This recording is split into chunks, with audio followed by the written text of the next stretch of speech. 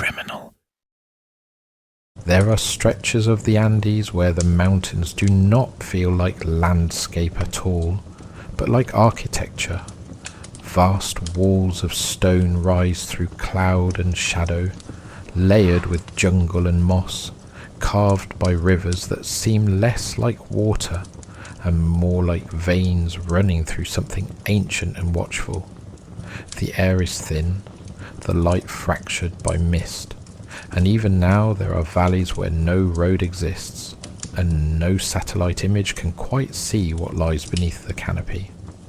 It is in these spaces, somewhere between high altitude and dense jungle, that one of the oldest and most persistent mysteries of the Spanish conquest is believed to remain untouched.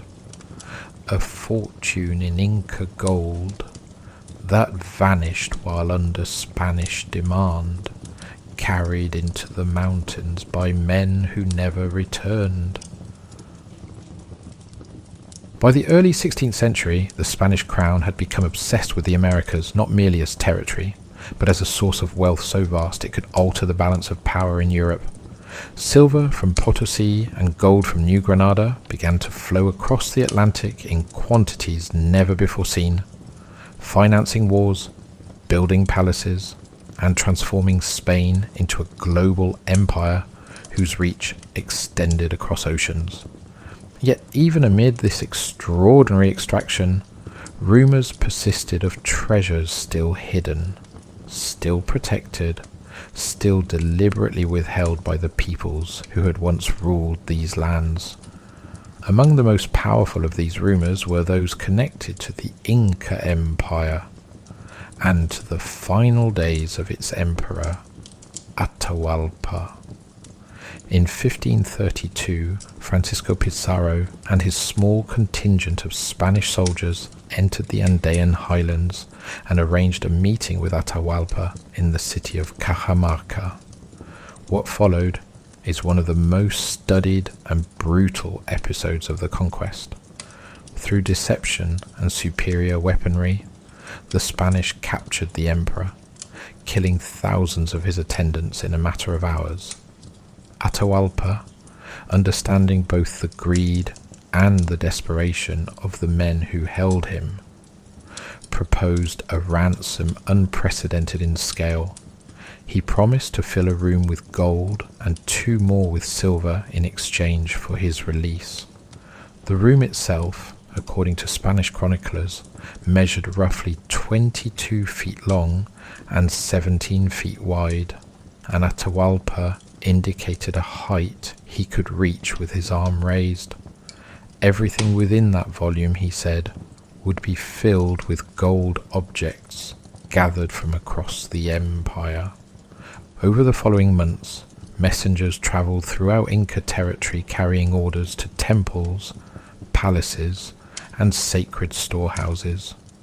Gold statues were dismantled, ritual vessels were packed into caravans, masks, jewellery, ceremonial knives, and sun discs that had once hung within temples dedicated to Inti, the sun god, were stripped from their sanctuaries and loaded onto litters and pack animals. Spanish witnesses later described the arrival of these objects in Cajamarca as a procession that seemed endless, a slow accumulation of wealth beyond anything Europe had seen since antiquity. Yet even as the ransom was being assembled, tensions within the Spanish camp grew. Some feared that once released, Atahualpa would rally forces against them.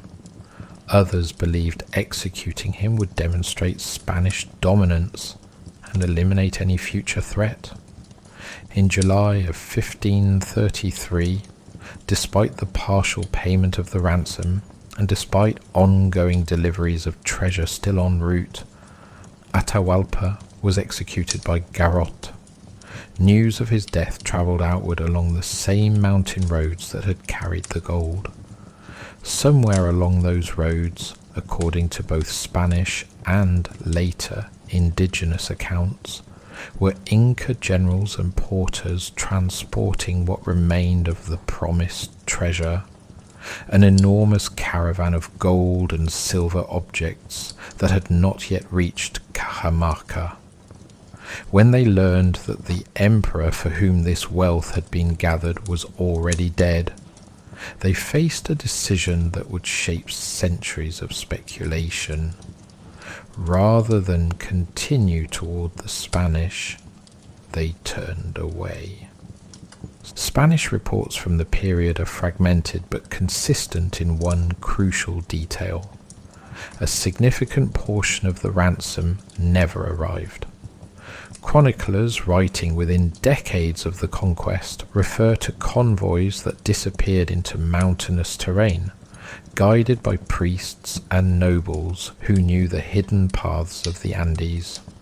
Some suggest the treasure was diverted toward Quito. Others describe routes leading east into cloud forests, where steep valleys descend into jungle, so dense that movement even today is slow and uncertain. A few accounts mention sealed caves used by the Inca for sacred storage, places known only to specific lineages of priests who carried knowledge orally rather than in written form. Whatever the precise route, the consensus among early Spanish observers was simple and maddening. A vast quantity of gold had been deliberately removed from Spanish reach and concealed somewhere within the mountains. The geography of the region made recovery nearly impossible, even for those who knew roughly where to search. The Andes are not a single range, but a network of ridges, valleys, and plateaus stretching thousands of miles, intersected by rivers that can transform from gentle streams to violent torrents within hours. Weather changes rapidly, fog descends without warning, trails erode or vanish beneath landslides. For men accustomed to European terrain, navigation alone presented a constant risk of death. Yet the potential reward was so immense that search parties began forming almost immediately. Spanish officers petitioned the crown for permission to locate the missing ransom. Adventurers followed rumors from village to village. Indigenous guides were interrogated, bribed, or coerced into revealing what they knew. Most led nowhere. Some led into terrain from which searchers never returned. Over time, the story of the vanished Inca ransom evolved into something more complex than a simple lost convoy. It became a layered mystery involving geography, secrecy, and the possibility that the treasure had been intentionally hidden in a way designed to prevent its recovery by any outsider. Accounts began to circulate of tunnels sealed with stone, of lakes chosen precisely because of their depth and remoteness, and of ritual protections placed upon the gold by priests determined that it would never again be melted down to fund foreign wars.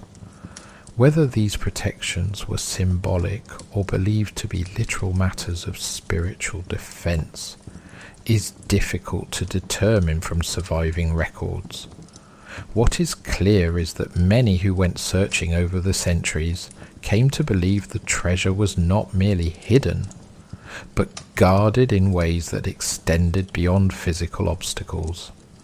One of the earliest persistent theories centered on the Longanauis Mountains of what is now Ecuador, a region characterized by steep ridges, swampy high-altitude valleys, and dense cloud forest.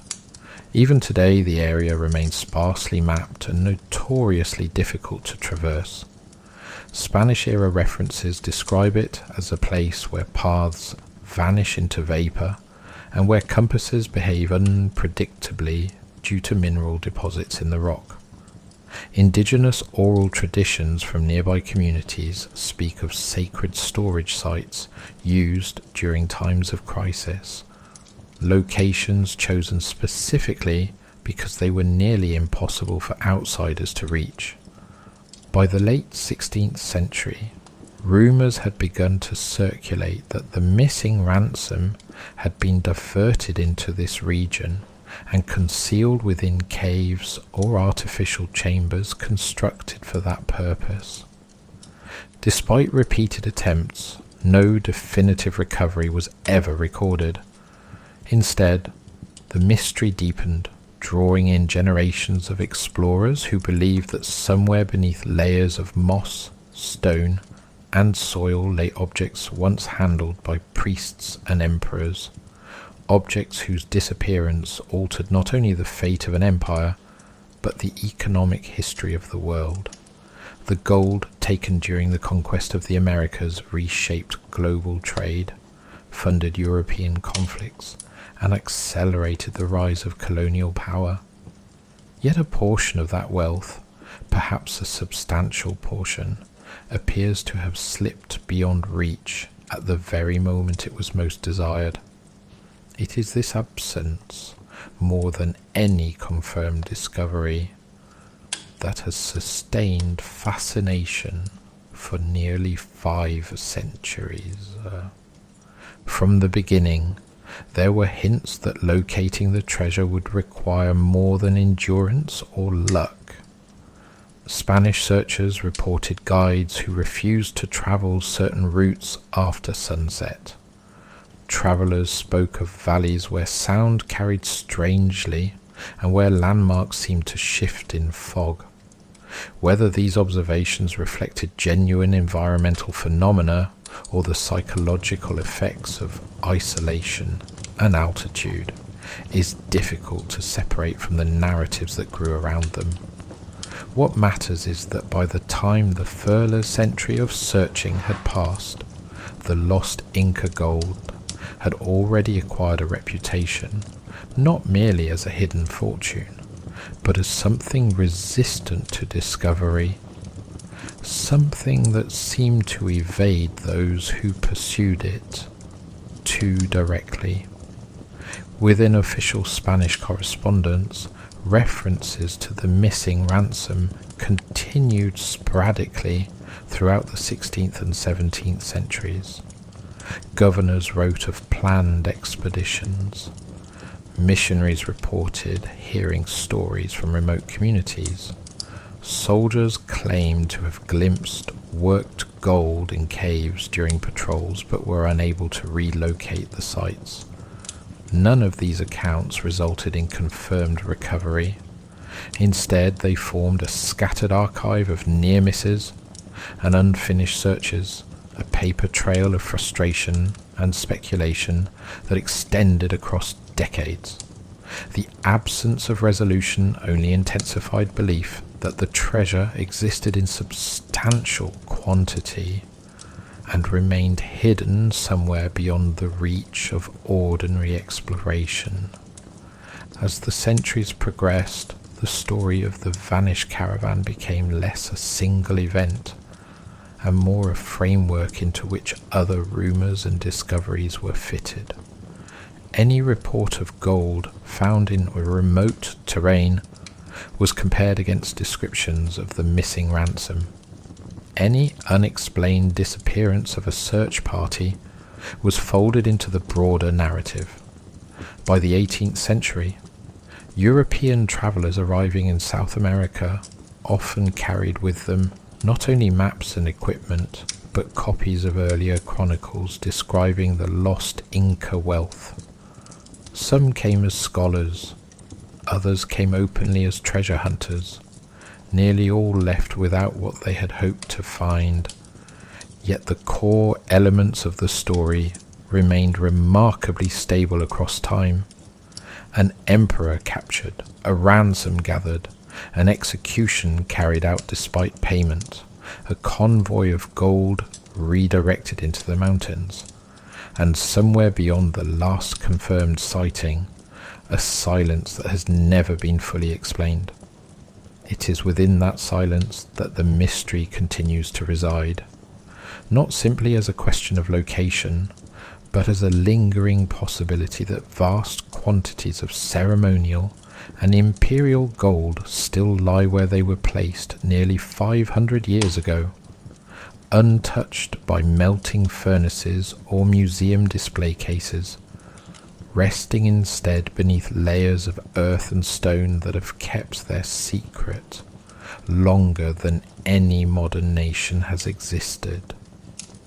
In the years immediately following Atahualpa's death, Spanish attention shifted toward consolidating control over the territories they had claimed. Cities were established, administrative systems imposed, yet even as colonial structures formed, the absence of the remaining ransom lingered like an unfinished transaction. Officials understood that what had been lost represented not merely symbolic wealth, but a measurable, transformative fortune. Recovering it would strengthen the colonial treasury and reinforce Spanish authority. Failing to recover it left open the unsettling possibility that somewhere within lands now nominally under Spanish rule existed a hidden reserve of gold beyond imperial control. That possibility, perhaps more than greed alone, ensured that the search would continue. And so the mountains were entered again and again by men convinced that the next valley, the next cave, or the next reluctant guide might finally lead them to what had vanished in the year 1533. Some carried official commissions, others travelled quietly, funding their own expeditions and hoping to secure private fortunes.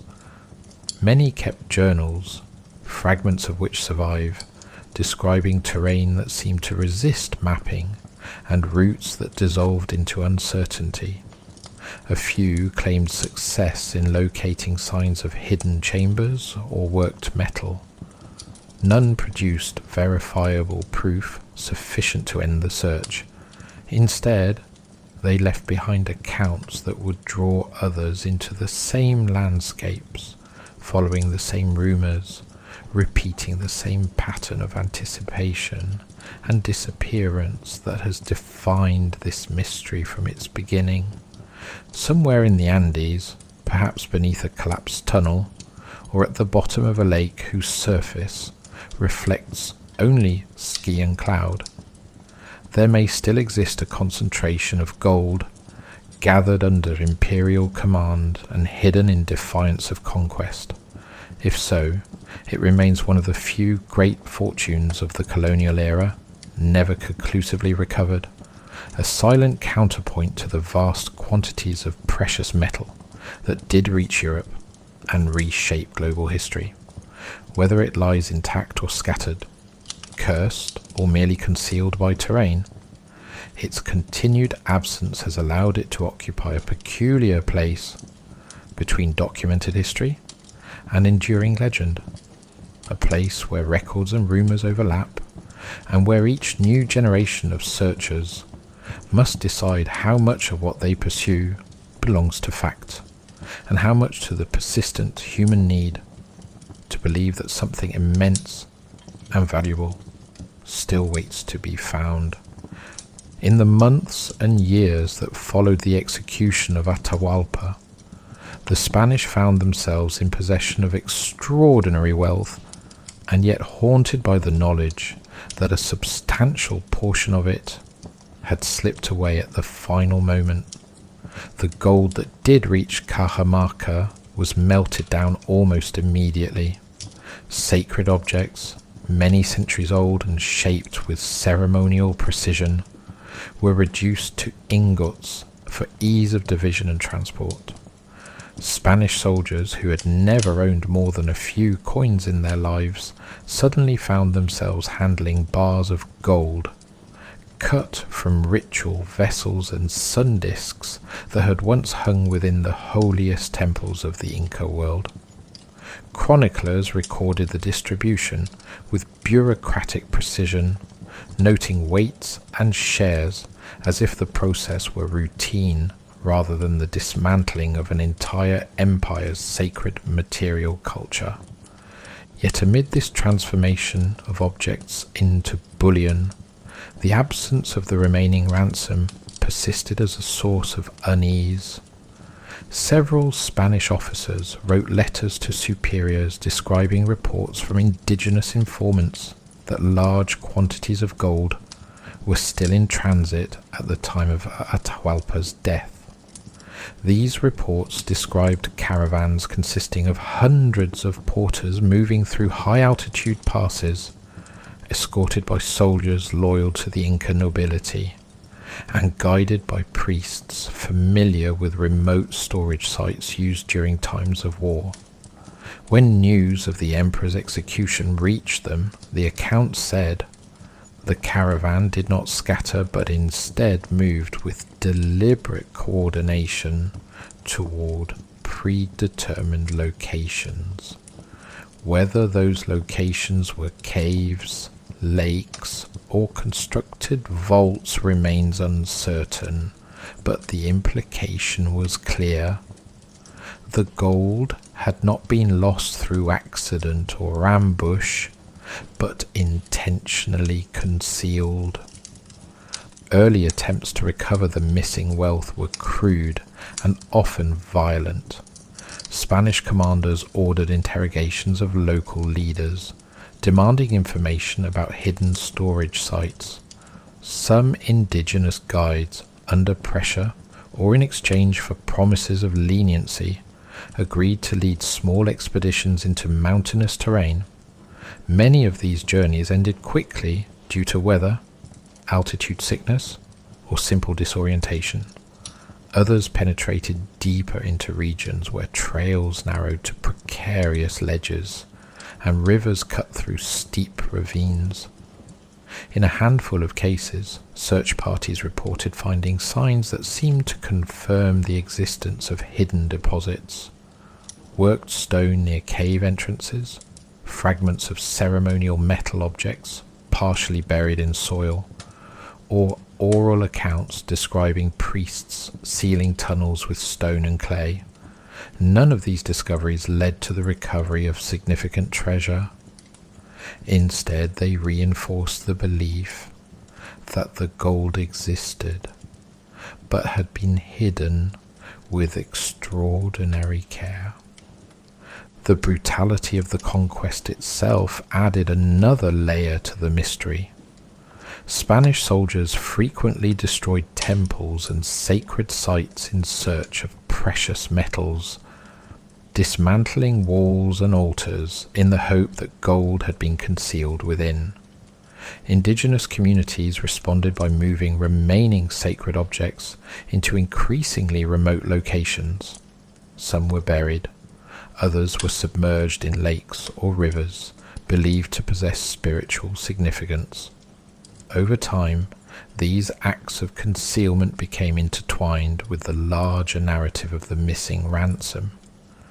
It became difficult to distinguish between gold originally intended as payment for Atahualpa's release and gold hidden independently by communities seeking to protect their cultural heritage from looting.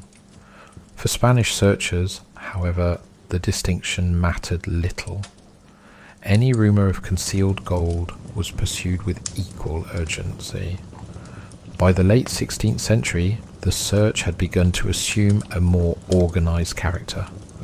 Colonial authorities authorized expeditions specifically tasked with locating the lost Inca treasure. These expeditions were often led by men who combined military experience with a degree of geographical knowledge, though even the most competent leaders found themselves challenged by terrain that resisted mapping. Journals from this period describe journeys through valleys perpetually shrouded in mist, where visibility could drop to a few yards and landmarks appeared to shift as fog thickened or thinned. Rivers described in one account as narrow and passable might be reported in another as wide and impassable, depending on seasonal changes. Paths marked on crude maps sometimes ended abruptly at landslides or dense vegetation.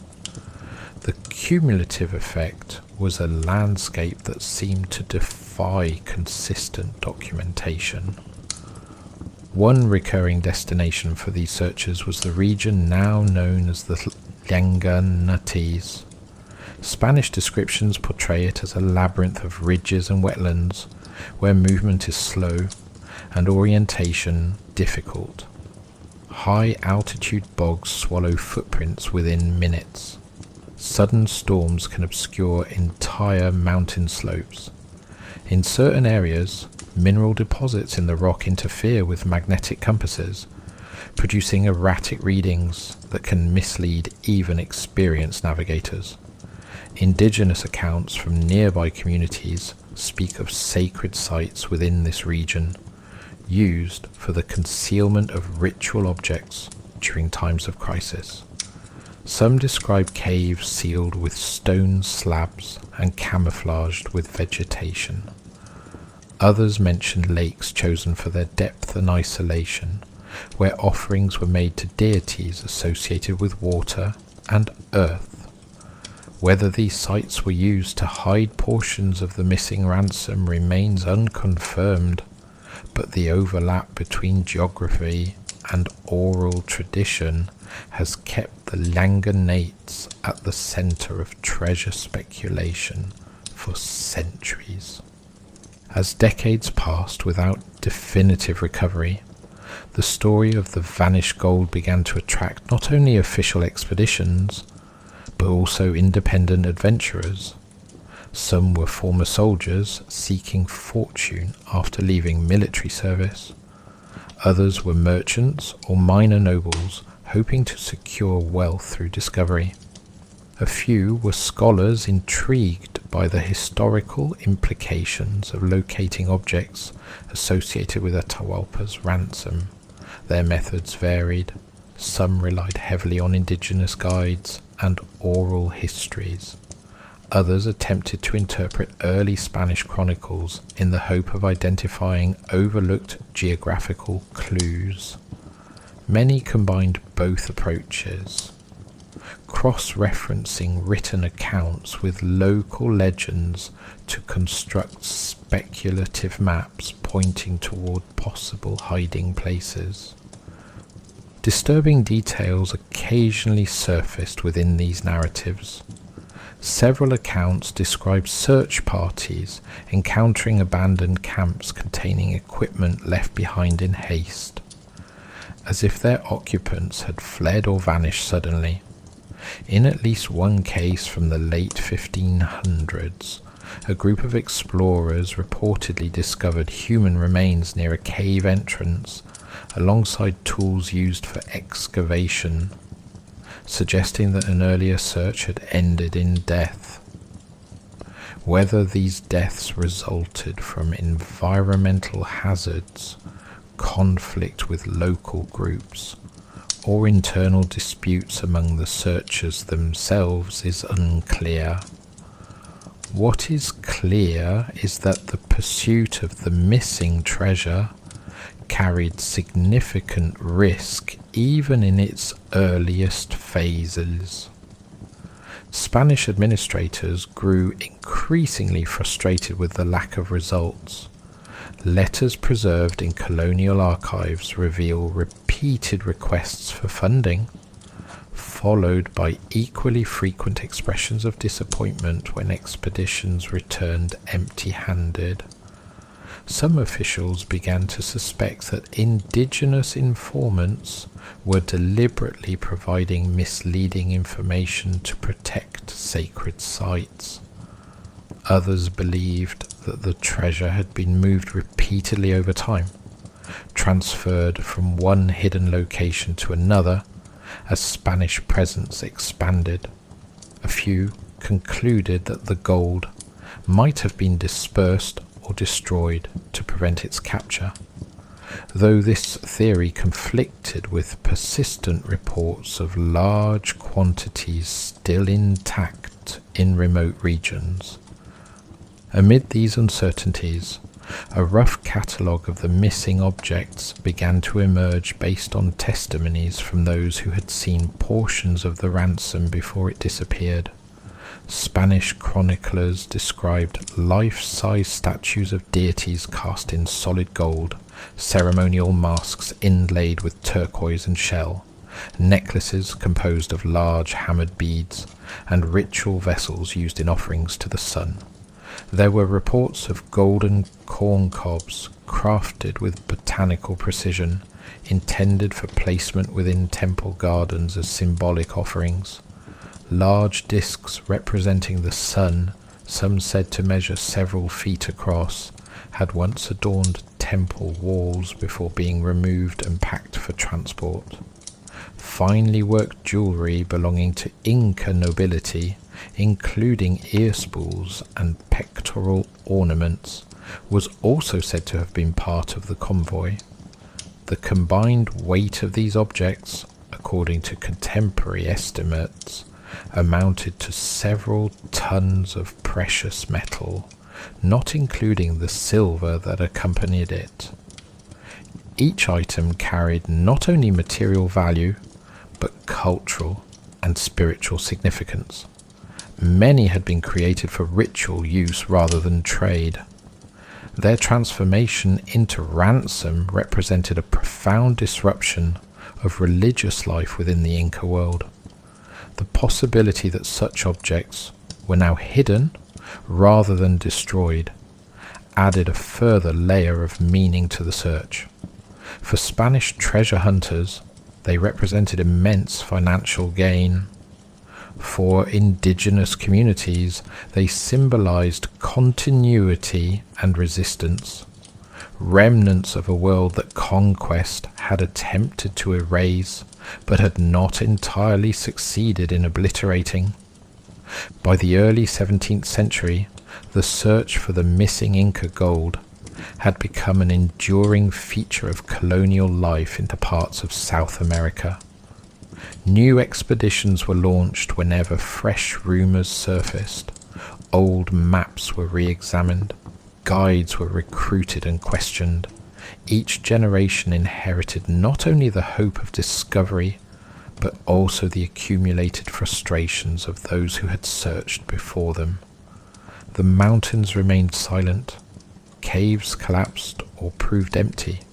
Lakes yielded nothing when probed with primitive diving methods, and yet the belief persisted that somewhere within this vast and difficult terrain lay a concentration of gold untouched since the moment it had been diverted from its intended destination.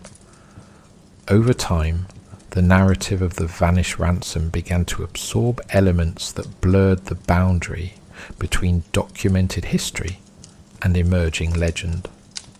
Some guides spoke of places where fog appeared suddenly and refused to lift until travellers turned back. Others described lights seen at night near certain valleys, interpreted by some as natural phenomena and by others as signs of spiritual guardianship. A handful of explorers wrote of experiencing disorientation or a sense of being watched in areas where they believed the treasure might be hidden.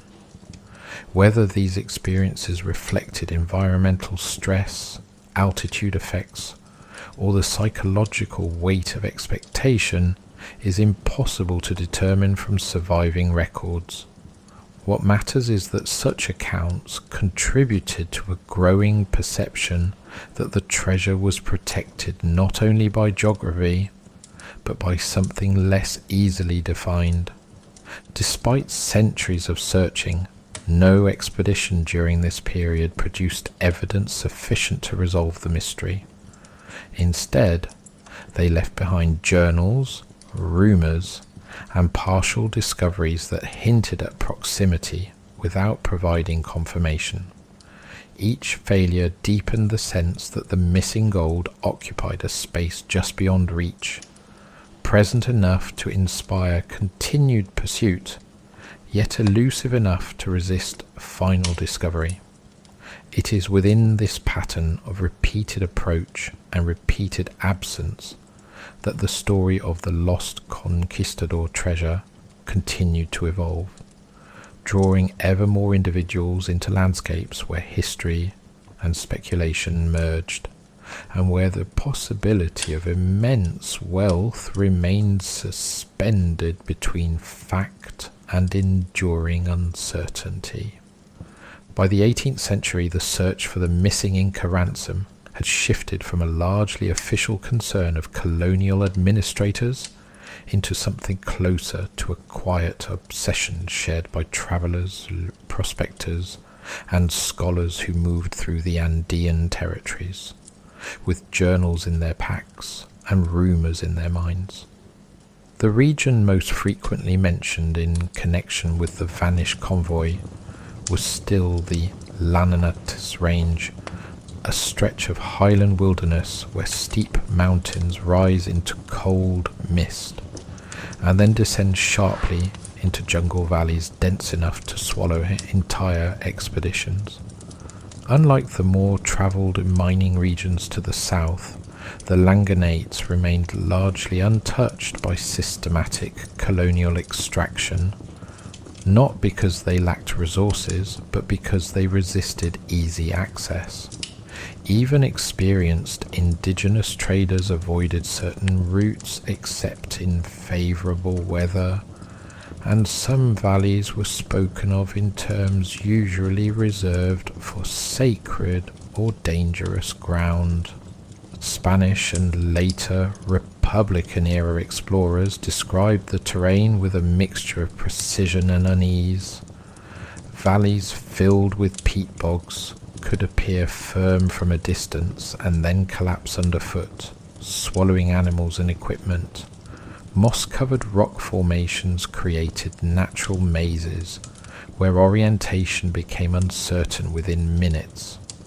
Clouds rolled through the mountains not in gentle layers, but in thick, sudden banks that erased all visibility and left travellers navigating by memory or instinct. Streams ran clear but deceptively deep, fed by glacial melt that numbed limbs within moments of contact. In certain areas, mineral concentrations in the rock interfered with compass readings, producing slight but consequential deviations that accumulated over hours until travellers realized they were no longer where they believed themselves to be. It was within this geography that persistent stories placed the missing Inca treasure. Indigenous oral traditions collected by missionaries and travellers in the 18th and 19th centuries spoke of a deliberate concealment carried out by trusted retainers of the Inca nobility. According to these accounts, the caravan transporting the remaining ransom was redirected under orders from high-ranking priests who believed the gold must never reach Spanish hands after Atahualpa's death. The treasure, they said, was divided into sections and hidden in locations chosen for both physical security and spiritual protection. Some portions were placed within natural caves known only to specific lineages. Others were sealed within chambers constructed by stacking and mortaring stone, then covering entrances with earth and vegetation until no sign of human intervention remained. A smaller but symbolically significant portion, according to several versions of the story, was consigned to deep lakes whose surfaces revealed nothing of what lay below. From scattered testimonies and early chroniclers' notes, historians have attempted to assemble a provisional catalogue of the objects believed to have formed part of the missing ransom. While precise quantities remain impossible to confirm, the descriptions are consistent enough to provide a sense of scale. Among the most frequently mentioned items are large ceremonial sun discs, hammered from nearly pure gold and polished to mirror brightness, originally mounted on temple walls where they reflected sunlight during rituals dedicated to Inti. Some were described as spanning several feet in diameter and weighing more than a grown man could comfortably carry. There are references to life-sized statues representing deities and royal ancestors, crafted in solid gold or in gold sheathing over wooden cores, intended for display within sacred precincts rather than for transport or trade. Jewellery formed another substantial portion of the ransom. Spanish witnesses at Cajamarca recorded the arrival of necklaces composed of thick, crescent-shaped gold plates strung together with fibre cords, as well as ear spools so large and heavy they altered the shape of the earlobes of those who wore them. Pectoral ornaments worn by Inca nobility were described as layered constructions combining hammered gold sheets with inlaid stones and shell. Ceremonial knives known as tumi, with crescent blades and ornate handles, were reportedly packed in significant numbers, many bearing iconography associated with solar and agricultural cycles. There are also accounts of ritual vessels used for offerings of chicha, the fermented maize drink central to many ceremonial gatherings, some shaped as stylized animals or plants, and worked with extraordinary precision. Particularly evocative are descriptions of symbolic agricultural objects crafted entirely in gold.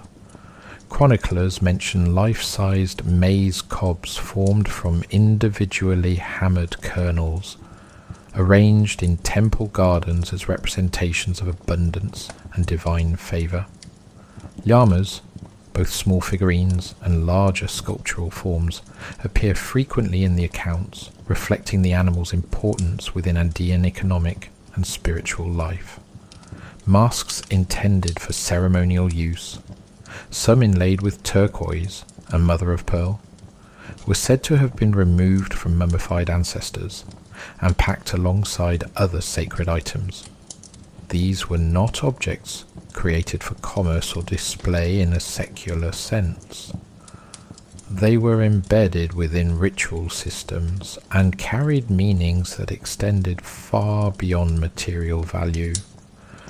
Silver objects accompanied the gold in large quantities, though they have received less attention in popular retellings.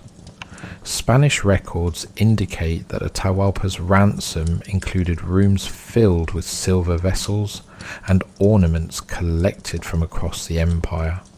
Many of these items were melted down after reaching Spanish control, but those still in transit at the time of the emperor's executions likely formed part of the vanished convoy.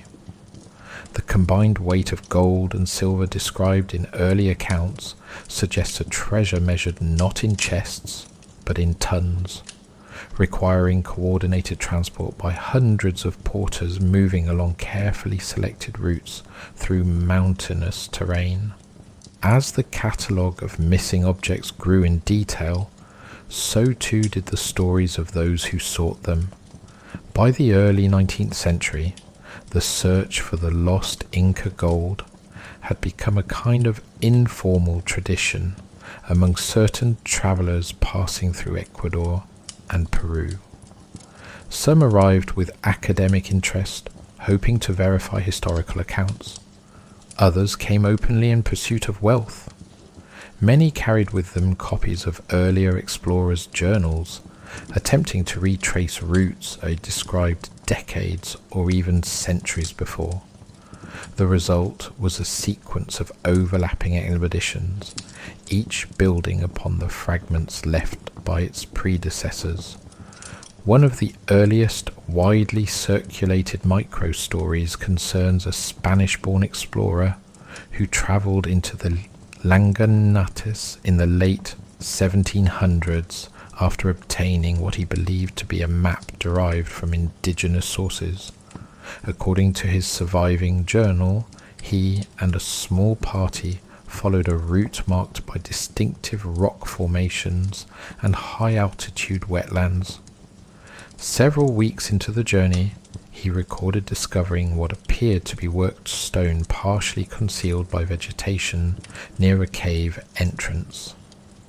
Before excavation could begin, however, a sudden storm forced the party to retreat to lower ground. The explorer wrote of intending to return once conditions improved. He never did. His journal ends abruptly after a brief note describing increasing illness among his companions. When a later expedition attempted to locate the cave based on his descriptions, they found only collapsed rock and no trace of previous excavation. Another account from the early 1800s describes a pair of brothers from Quito who financed a private search after hearing persistent rumors from local herders about yellow stone glimpsed within a remote ravine. They travelled with several guides and sufficient provisions for a month. Weeks later, only one guide returned, claiming that heavy fog had separated him from the rest of the party near a marshy valley. He reported hearing distant shouts that faded quickly, and said he had searched for 2 days before retreating. No confirmed trace of the brothers was ever found. Their equipment and notes, if they survived at all, remained somewhere within terrain that few others were willing to search extensively. Perhaps the most unsettling of these early micro-stories involves an English naturalist travelling through the region in the mid-19th century. Initially uninterested in treasure, he became intrigued after local residents described ruins hidden within a valley rarely visited due to persistent fog. His letters home, preserved in fragments, describe a growing conviction that the ruins might be associated with concealed ceremonial objects. In his final surviving correspondence, he mentions discovering what he believed to be an artificial stone wall, partially buried beneath moss and soil. He writes of intending to clear the entrance with assistance from hired labourers. No further letters were received. Months later, a search party found an abandoned campsite and several tools, but no sign of the naturalist or his companions. The location of the wall he described was never definitively identified again. These stories circulated widely among travellers and settlers, reinforcing the perception that the search for the lost Inca gold carried risks extending beyond the ordinary hazards of exploration. Some attributed the disappearances to environmental dangers, unstable terrain, sudden weather changes, and the difficulty of navigation in fog-dense mountains. Others suggested that lingering loyalties among indigenous communities might have led to deliberate misdirection or even violence against those perceived as desecrating sacred sites. A smaller but persistent group believed that the treasure itself was protected by forces less tangible, that the priests who had hidden it had enacted rituals intended to prevent its recovery by outsiders. While such ideas cannot be substantiated through historical documentation, their presence within the narrative influenced how later searchers interpreted their own experiences in the mountains. By the close of the 19th century, the Langanates and surrounding regions had acquired a reputation not merely as locations of potential wealth, but as landscapes where expectation and uncertainty blended in ways that affected those who entered them. Travellers wrote of sudden disorientation in valleys where landmarks seemed familiar and unfamiliar at once. Some described hearing distant metallic sounds carried strangely through mist, though no source could be identified. Others reported fleeting glimpses of geometric shapes or straight lines in terrain otherwise dominated by natural forms, only to find nothing upon closer inspection. Whether these perceptions were the result of environmental conditions, fatigue, or the psychological weight of the search itself remains impossible to determine with certainty. What is clear is that by the time modern exploration methods began to emerge in the early 20th century, the story of the lost conquistador gold had already accumulated centuries of unresolved searches, partial discoveries, and disappearances that gave it a uniquely persistent hold on the imagination. Somewhere within this accumulation of accounts lies the possibility that at least one of the many searchers came close to success, perhaps within sight of objects last handled by Inca priests and porters nearly 500 years earlier. If so, whatever they saw did not lead to recovery sufficient to end the mystery.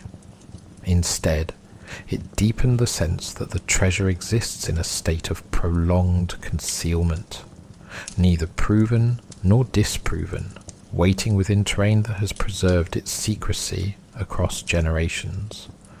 And so the catalogue of missing objects remains not only a list of items once gathered for ransom, but a silent inventory of what may still lie beneath stone and soil: sun discs, masks, statues, and vessels untouched since the moments they were hidden, their presence inferred through fragments of testimony and the enduring absence of any definitive discovery.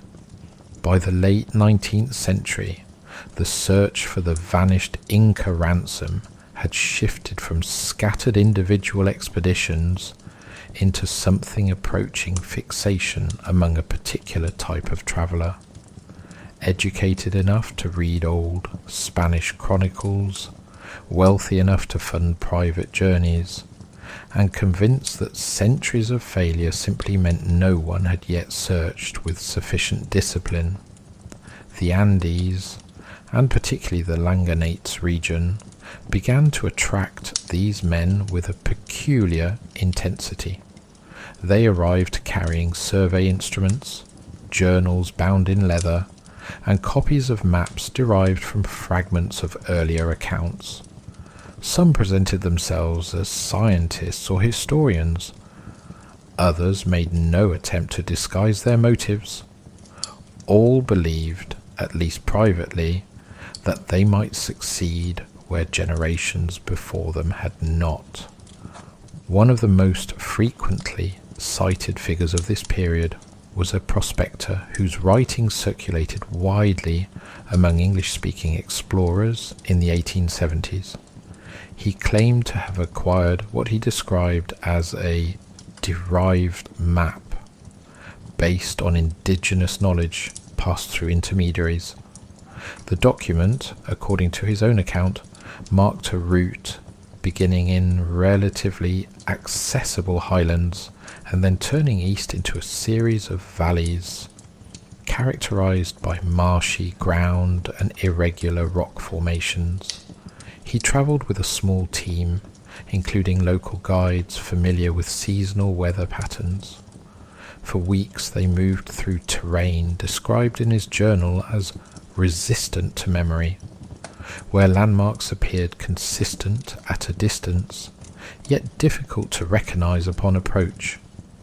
Several entries mention hearing water flowing beneath ground where no surface stream was visible, suggesting subterranean channels or flooded caverns. Midway through the expedition, the prospector recorded what he believed to be the first tangible sign of human construction beyond known routes. He described encountering a line of stones set at regular intervals along a ridge, partially covered by moss, but too uniform to be natural. Following this alignment, He and his party reportedly discovered a depression in the earth, where probing with metal rods produced hollow echoes. The implication, though never stated outright in his journal, was that a chamber might lie beneath. Weather conditions deteriorated rapidly soon after. Heavy rain turned the surrounding ground into unstable mud. One of the guides suffered a severe fall. Supplies began to run low. The decision was made to retreat temporarily and return during a drier season with additional equipment. According to surviving correspondence, the prospector intended to organize a second expedition within months. He died of fever before it could be launched, leaving only his notes and a sketch map that subsequent searchers would attempt, unsuccessfully, to interpret.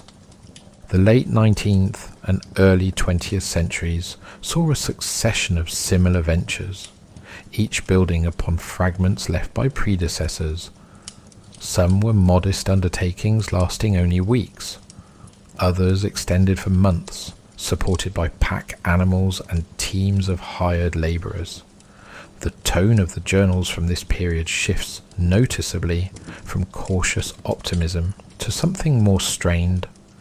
Explorers wrote of days spent navigating fog so dense that direction became guesswork, of nights punctuated by unfamiliar sounds carried across valleys where visibility dropped to nothing after sunset. Several accounts mentioned the peculiar acoustics of the region, metallic echoes that seemed to travel without clear origin, low vibrations felt through the ground, and occasional flashes of reflected light on distant slopes, where no obvious reflective surface existed. One expedition from the early 1900s, funded by a consortium of investors from Guayaquil, provides a particularly detailed example of how quickly rational search could slide into confusion. The leader, an engineer with surveying experience, approached the project methodically.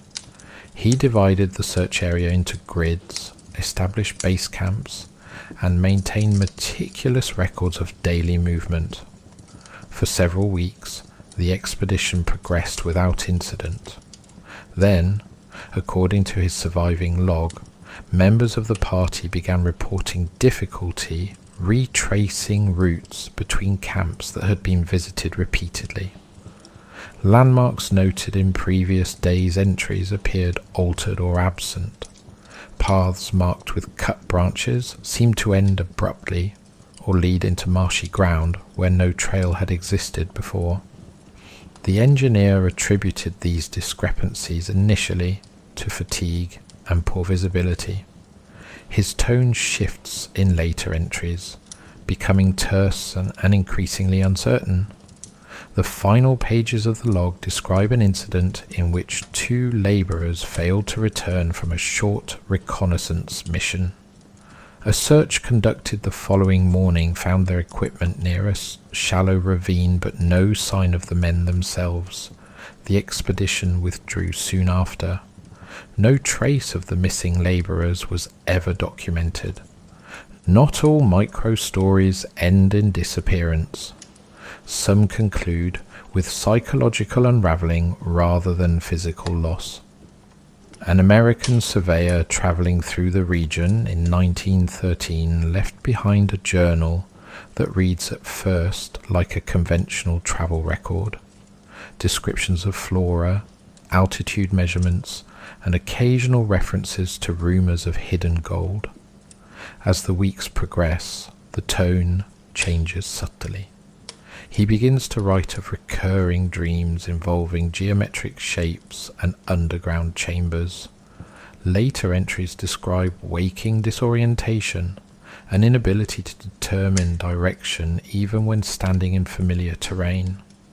He records hearing what he interprets as distant hammering beneath the ground during the night. The final entries become fragmented, shifting between detailed sketches of rock formations and increasingly abstract reflections on the persistence of the search.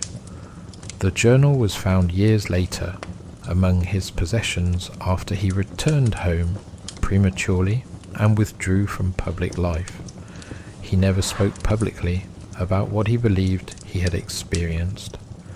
These episodes contributed to a growing perception that the pursuit of the lost Inca treasure exerted a psychological effect on those who engaged in it deeply, whether this effect resulted from environmental stress, isolation, altitude, or the cumulative weight of expectation is impossible to determine definitively. High altitude regions are known to produce symptoms ranging from mild disorientation to severe cognitive impairment in those unacclimated. Extended periods in fog-dense terrain can distort perception of distance and direction. Yet the consistency with which explorers described similar sensations, a sense of being close to discovery, of encountering subtle signs that vanished upon closer inspection, added to the aura surrounding the search. By the mid-20th century, technological advances began to alter the nature of exploration in the Andes. Aerial photography provided new perspectives on previously inaccessible terrain. Improved mapping techniques allowed for more accurate representation of topography. Yet even with these tools, the regions most frequently associated with the missing treasure remained difficult to interpret. Dense vegetation obscured ground features from above. Cloud cover limited visibility during key seasons, and the sheer scale of the mountainous landscape meant that even systematic surveys could overlook small caves, sealed tunnels, or submerged objects hidden beneath layers of sediment. Several expeditions during the 1950s and 1960s attempted to combine historical research with modern surveying methods. Researchers cross-referenced early Spanish chronicles with indigenous oral histories, attempting to identify locations mentioned in both. Some of these efforts produced intriguing results.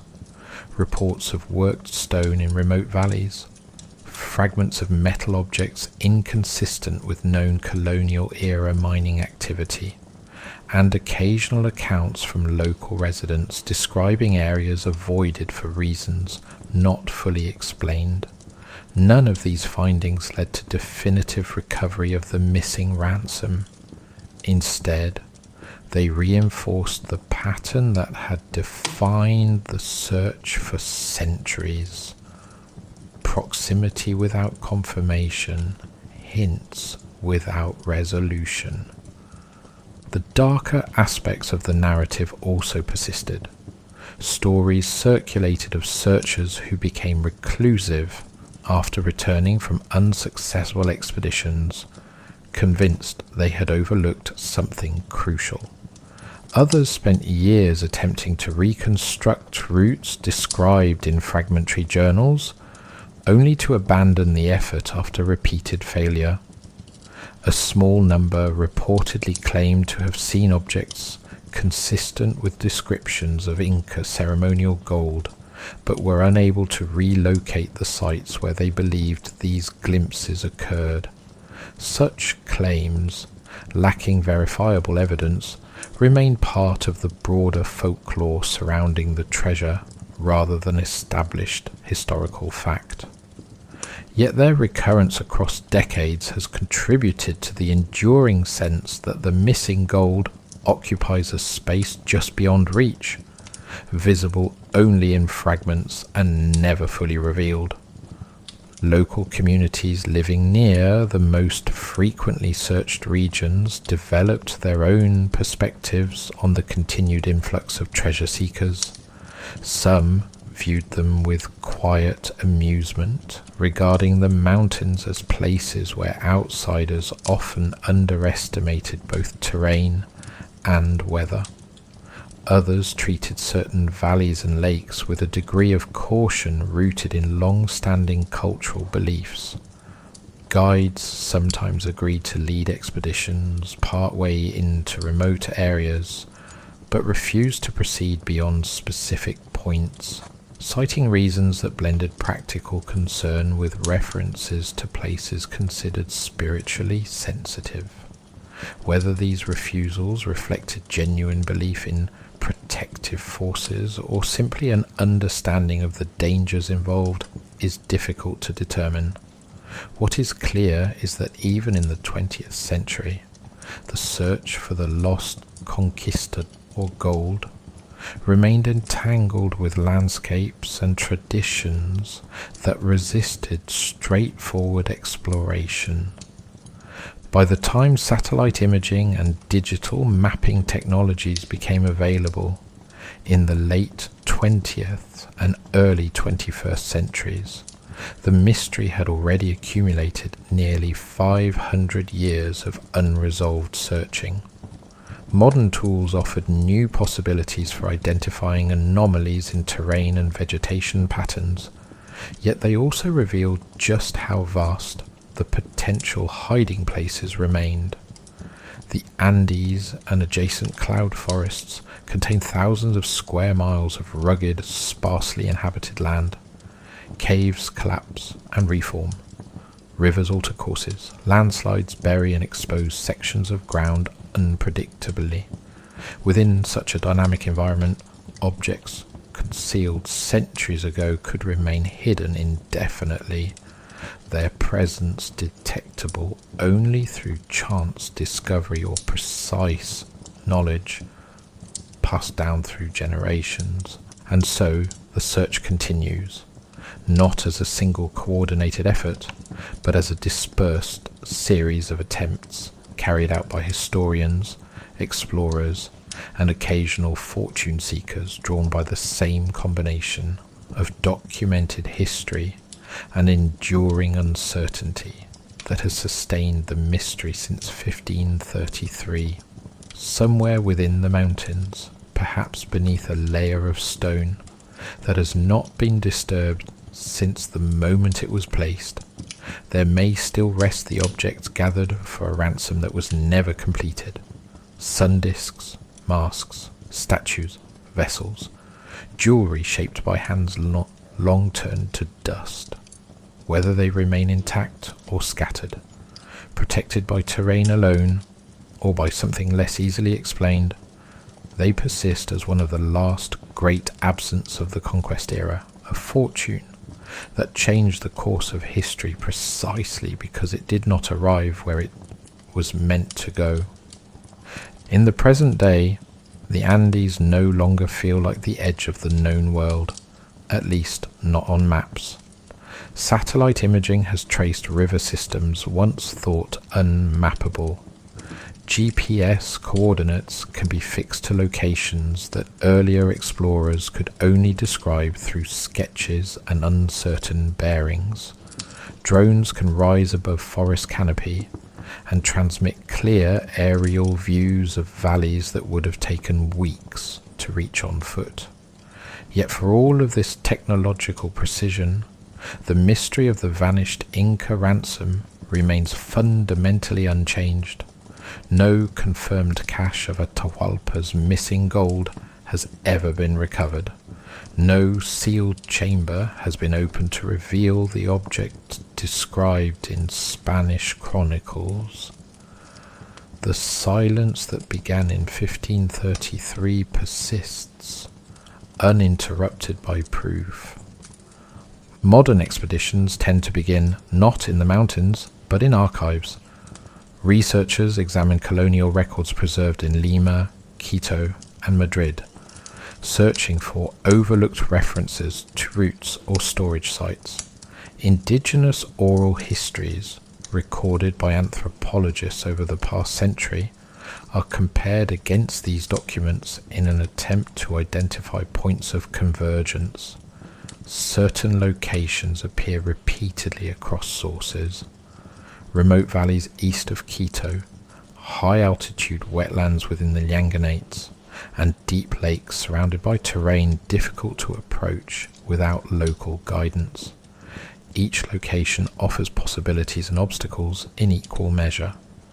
Dense vegetation obscures entrances to caves. Seasonal flooding alters the shape of riverbanks. Landslides triggered by heavy rainfall can bury entire sections of hillside beneath new layers of soil and rock. A handful of expeditions over the past several decades have attempted to apply non-invasive detection technologies to these regions. Ground-penetrating radar has been used in limited areas where terrain permits equipment transport. Metal detection surveys have been conducted near sites associated with historical rumours. Sonar scanning has been attempted in certain lakes believed by local tradition to contain submerged offerings. The results have been inconclusive. Radar signals are often disrupted by mineral-rich rock and uneven ground. Metal detection yields fragments consistent with colonial-era activity, but nothing approaching the scale described in accounts of the missing ransom. Lakes proved difficult to scan effectively due to depth, sediment, and underwater vegetation. Each technological attempt narrows possibilities slightly while leaving the core mystery intact. Local perspectives on the search vary. In some communities, the story of the hidden gold is treated as a distant historical curiosity, something spoken of occasionally but not regarded as immediate reality. In others, it carries a more complex significance, intertwined with memories of conquest and resistance. Elders recount stories passed through generations about objects taken from temples and hidden rather than surrendered. Certain valleys and lakes are still approached with caution, not because of confirmed treasure, but because of what those places represent within cultural memory. Guides occasionally agree to lead researchers into remote areas, though boundaries remain. There are routes they will not follow and locations they will not identify, not always out of secrecy, but from a sense that some things are not meant to be disturbed. Reports of unusual experiences continue to surface, though they are typically described in measured rather than sensational terms. Modern trekkers speak of sudden fog banks that reduce visibility to almost nothing within minutes. Survey teams describe equipment malfunctioning in areas where magnetic interference is strong. A few researchers have noted moments of profound disorientation when moving through dense cloud forest, a sensation of losing spatial reference even with GPS devices in hand. Such experiences are not unique to this region. Similar conditions occur in mountainous environments worldwide. Yet within the context of a centuries-old search, they acquire additional weight. Each instance of confusion or misdirection becomes part of the ongoing narrative, reinforcing the impression that the treasure, if it exists where tradition places it, remains effectively shielded by terrain and circumstance. Occasionally, rumours surface of discoveries that promise resolution. A farmer reports finding a worked gold fragment while clearing land. A hiker claims to have glimpsed a metallic surface beneath shallow water near a remote lake. A group of amateur explorers announces plans to excavate a site identified through historical research. These reports generate brief waves of attention before fading when evidence fails to materialize. Most prove to be misinterpretations of natural mineral deposits or remnants of known colonial activity. None have produced the kind of discovery that would confirm the location of Atahualpa's missing ransom. The pattern repeats with quiet regularity. anticipation, investigation, and then a return to uncertainty. The economic value of the treasure, if found, would be immense. Even a fraction of the objects described in early accounts would represent billions in modern terms, not only as precious metal, but as irreplaceable artifacts of cultural and historical significance. Museums and governments would likely contest ownership. Questions of repatriation and heritage would arise immediately. Yet these considerations remain hypothetical because the treasure itself remains hypothetical, existing in a space defined by consistent historical reference and persistent physical absence.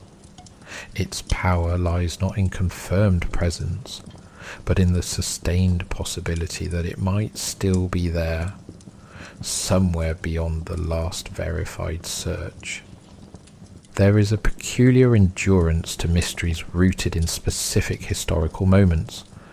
The disappearance of the Inca ransom occurred at a point when written records were beginning to intersect with oral traditions, and when global awareness of the Americas was expanding rapidly. Enough documentation exists to establish that a large quantity of gold was gathered, and that not all of it reached Spanish hands. Enough time has passed without recovery to transform that absence into legend. The result is a narrative suspended between history and speculation, anchored by documented events, yet open to interpretation in ways that purely fictional stories are not. It invites each generation to reconsider the same questions with new tools and new perspectives, even as the answers remain out of reach. Somewhere in the Andes, perhaps beneath a slope that appears no different from thousands of others, there may exist a sealed chamber or a buried deposit containing objects last handled during the final days of the Inca Empire. They may lie intact, preserved by stable conditions and the absence of disturbance. They may have been scattered by landslides or submerged by shifting waterways. They may have been discovered and quietly removed at some point without entering historical record, or they may never have existed in the precise form later narratives imagined, their story shaped as much by expectation as by fact. Each possibility coexists with the others, because none can be conclusively confirmed or dismissed. What remains certain is that the gold taken during the conquest reshaped the trajectory of nations far beyond the Andes. It financed wars, influenced trade, and altered the balance of power across continents. Yet a portion of that wealth, gathered under imperial command and then diverted into mountains and jungle, seems to have stepped outside that historical flow.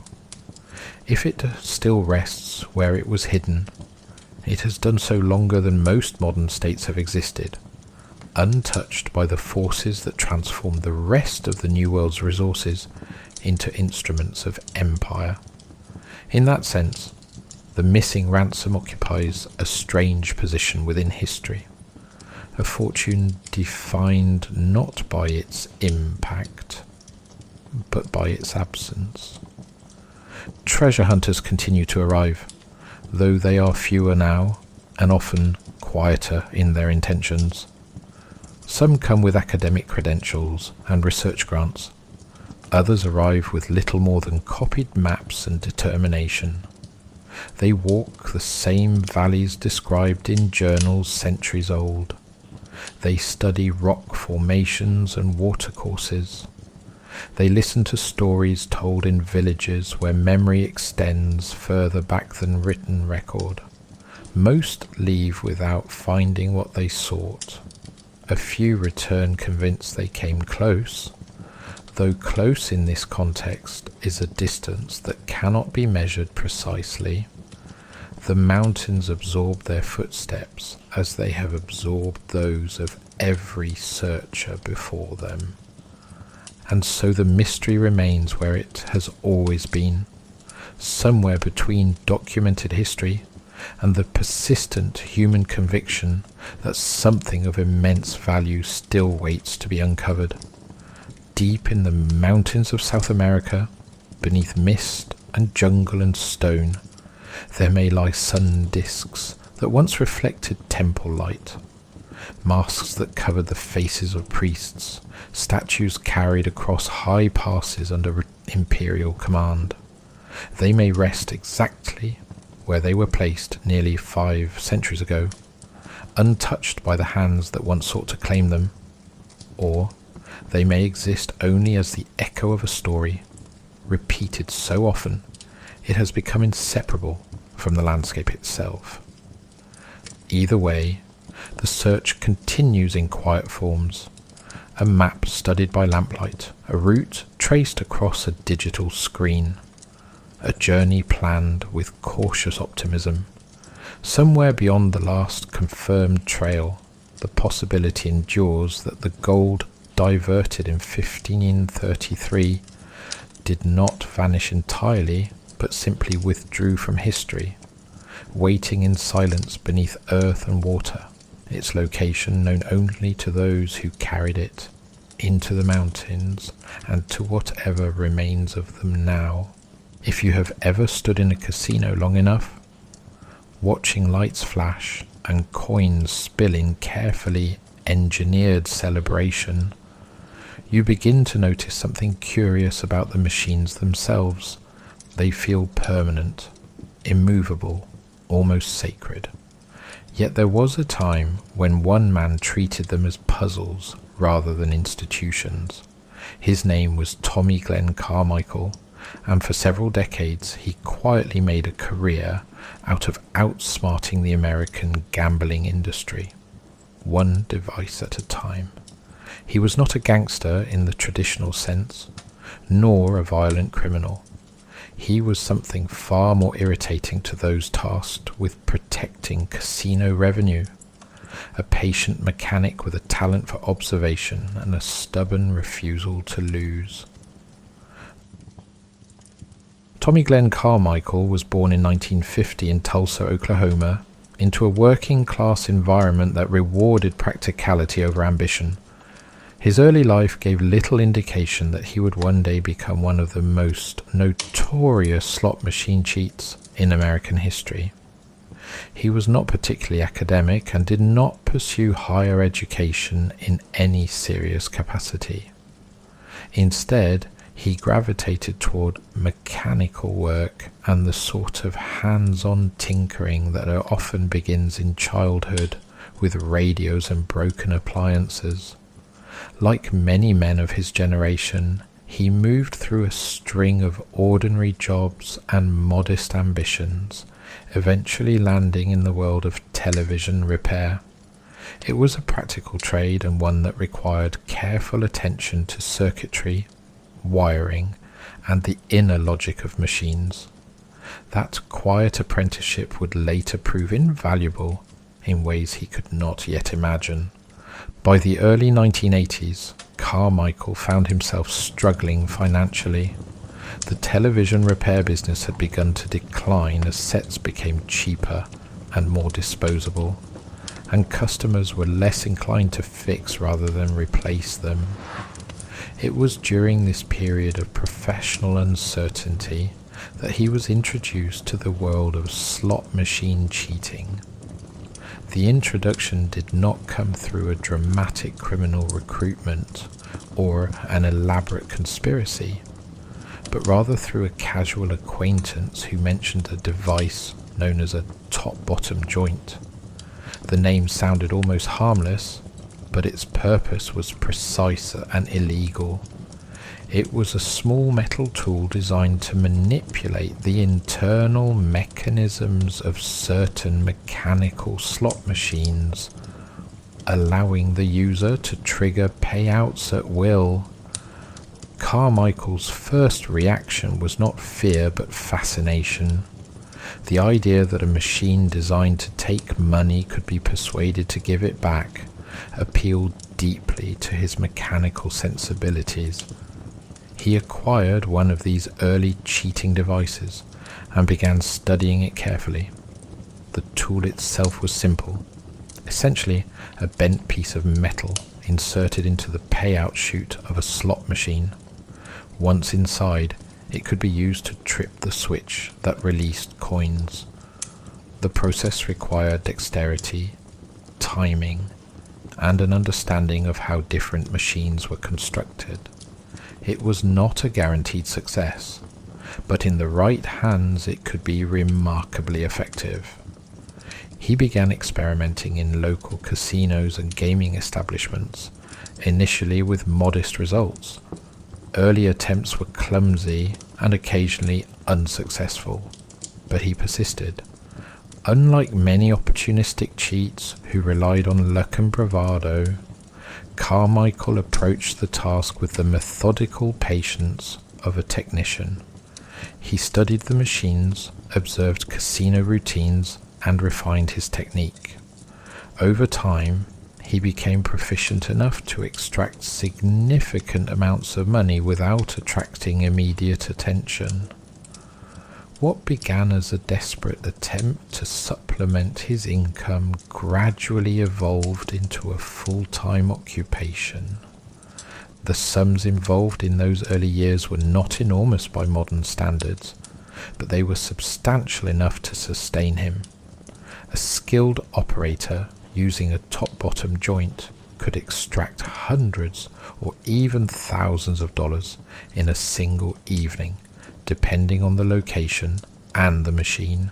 Carmichael traveled extensively across the United States, visiting casinos in Nevada, Atlantic City, and smaller gambling hubs scattered throughout the country. He learned to move discreetly, avoiding patterns that might draw suspicion. He dressed plainly, behaved politely, and never lingered longer than necessary. As his confidence grew, so did his ambition. He began to modify and improve the tools he used, experimenting with different shapes and materials. His background in electronics and mechanical repair allowed him to understand slot machines at a level most casual cheats never achieved. He did not simply use the tools, he engineered them. This capacity for innovation would become the defining characteristic of his criminal career. The first major turning point came when casino operators began to notice unusual payout patterns. Slot machines that should have been reliable profit generators were suddenly producing unexplained losses. At first, management suspected internal theft or accounting errors. Surveillance technology in the early 1980s was primitive compared to modern standards, consisting largely of grainy cameras and human observation. Identifying a skilled cheat under those conditions was exceedingly difficult. Carmichael exploited that gap with quiet efficiency, moving from location to location and leaving behind only the faintest statistical anomalies. Eventually, however, suspicion hardened into investigation. Casino security teams began sharing information, comparing notes on unexplained payouts and suspected methods. Law enforcement agencies with jurisdiction over gambling operations grew increasingly interested in the emerging pattern. Carmichael, meanwhile, continued refining his technique and expanding his operations. He was no longer merely using the tools he had acquired, he was designing his own. One of his earliest innovations was an improved version of the top-bottom joint that allowed for more precise manipulation of the payout switch. He experimented with different metals and dimensions, seeking a balance between durability and subtlety. The resulting devices were small enough to conceal easily, yet robust enough to withstand repeated use. He carried them in his pockets, hidden in plain sight among coins and keys. To an untrained observer, they appeared innocuous, even mundane. In reality, they were the instruments of a highly specialized form of theft. During this period, Carmichael developed a disciplined routine. He would enter a casino, survey the floor, and select machines that offered the best opportunity. He avoided high traffic areas and preferred machines located near exits or in corners where surveillance was less intense. Once seated, he would insert a small amount of money and play briefly to establish a pattern of legitimate behavior. Only then would he deploy his device, working quickly and discreetly. The entire process could take less than a minute. When successful, the machine would release a stream of coins, as though a legitimate jackpot had been won. Carmichael would collect the payout calmly, leave the area, and move on to another location. Despite his growing expertise, he was not immune to mistakes. On several occasions, casino staff grew suspicious and confronted him. In most cases, he managed to deflect attention or leave before a thorough search could be conducted. His demeanor played a crucial role in these encounters. He was polite, cooperative, and outwardly unremarkable. There was nothing about his appearance to suggest the presence of hidden tools or criminal intent. Security personnel often lacked sufficient evidence to detain him, and he slipped away repeatedly. Investigators found this particularly frustrating. Reports from various casinos described a man matching Carmichael's general appearance, but the descriptions were vague and inconsistent. Surveillance footage, when available, was often too grainy to provide clear identification. By the time patterns began to emerge, he had already moved on to other locations. The absence of a centralized database for casino security incidents further complicated efforts to track him. Each establishment operated largely in isolation, sharing information only sporadically. Carmichael exploited these structural weaknesses with quiet precision. The first confirmed arrest came in the early 1980s after a security team in Tulsa observed suspicious behavior and detained him long enough for a search. Hidden on his person were several cheating devices, carefully concealed but unmistakably illegal. He was charged and eventually served time in prison. For most individuals, such an experience might have served as a deterrent. For Carmichael, it became an education. Prison introduced him to other individuals involved in gambling-related crimes, including a man who would profoundly influence his future trajectory. This individual demonstrated a more advanced device known as a slider, designed to manipulate slot machines in a different manner. Unlike the top-bottom joint, which triggered payouts directly, the slider interfered with the machine's internal counting mechanism.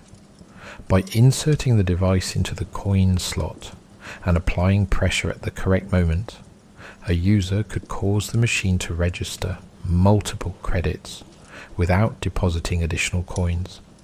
It was a subtle and highly effective method, particularly against older mechanical machines. Carmichael studied the slider with intense interest. He memorized its dimensions, its method of operation, and its limitations. Upon his release from prison, he set about creating his own version, using materials readily available from hardware stores and drawing on his technical background. He produced a refined model that was both durable and discreet. The device could be carried easily and deployed quickly, allowing for repeated use across multiple machines. This innovation marked the beginning of the most profitable phase of his criminal career. Armed with his improved slider, Carmichael returned to casinos across the country. The results were immediate and lucrative. He could now generate credits without triggering obvious mechanical payouts, reducing the risk of detection. Machines would register legitimate play while quietly accumulating false credits that could be cashed out later. The process required patience and precision, but he possessed both in abundance. During this period, he is estimated to have extracted tens of thousands of dollars from casinos across multiple states. Precise figures are difficult to establish, as many incidents went undetected or unreported. What is clear is that his activities caused significant concern within the gambling industry. Machines that had been considered secure were suddenly vulnerable, and losses began to mount. Investigators attempting to track him encountered persistent obstacles. Carmichael traveled frequently, used aliases when convenient, and avoided establishing predictable routines. He paid for accommodations in cash and maintained a low profile. When confronted or questioned, he remained calm and cooperative, rarely providing information that could be used against him. His technical expertise allowed him to adapt quickly when casinos introduced countermeasures. If a particular machine became difficult to manipulate, he simply moved on to another model or location.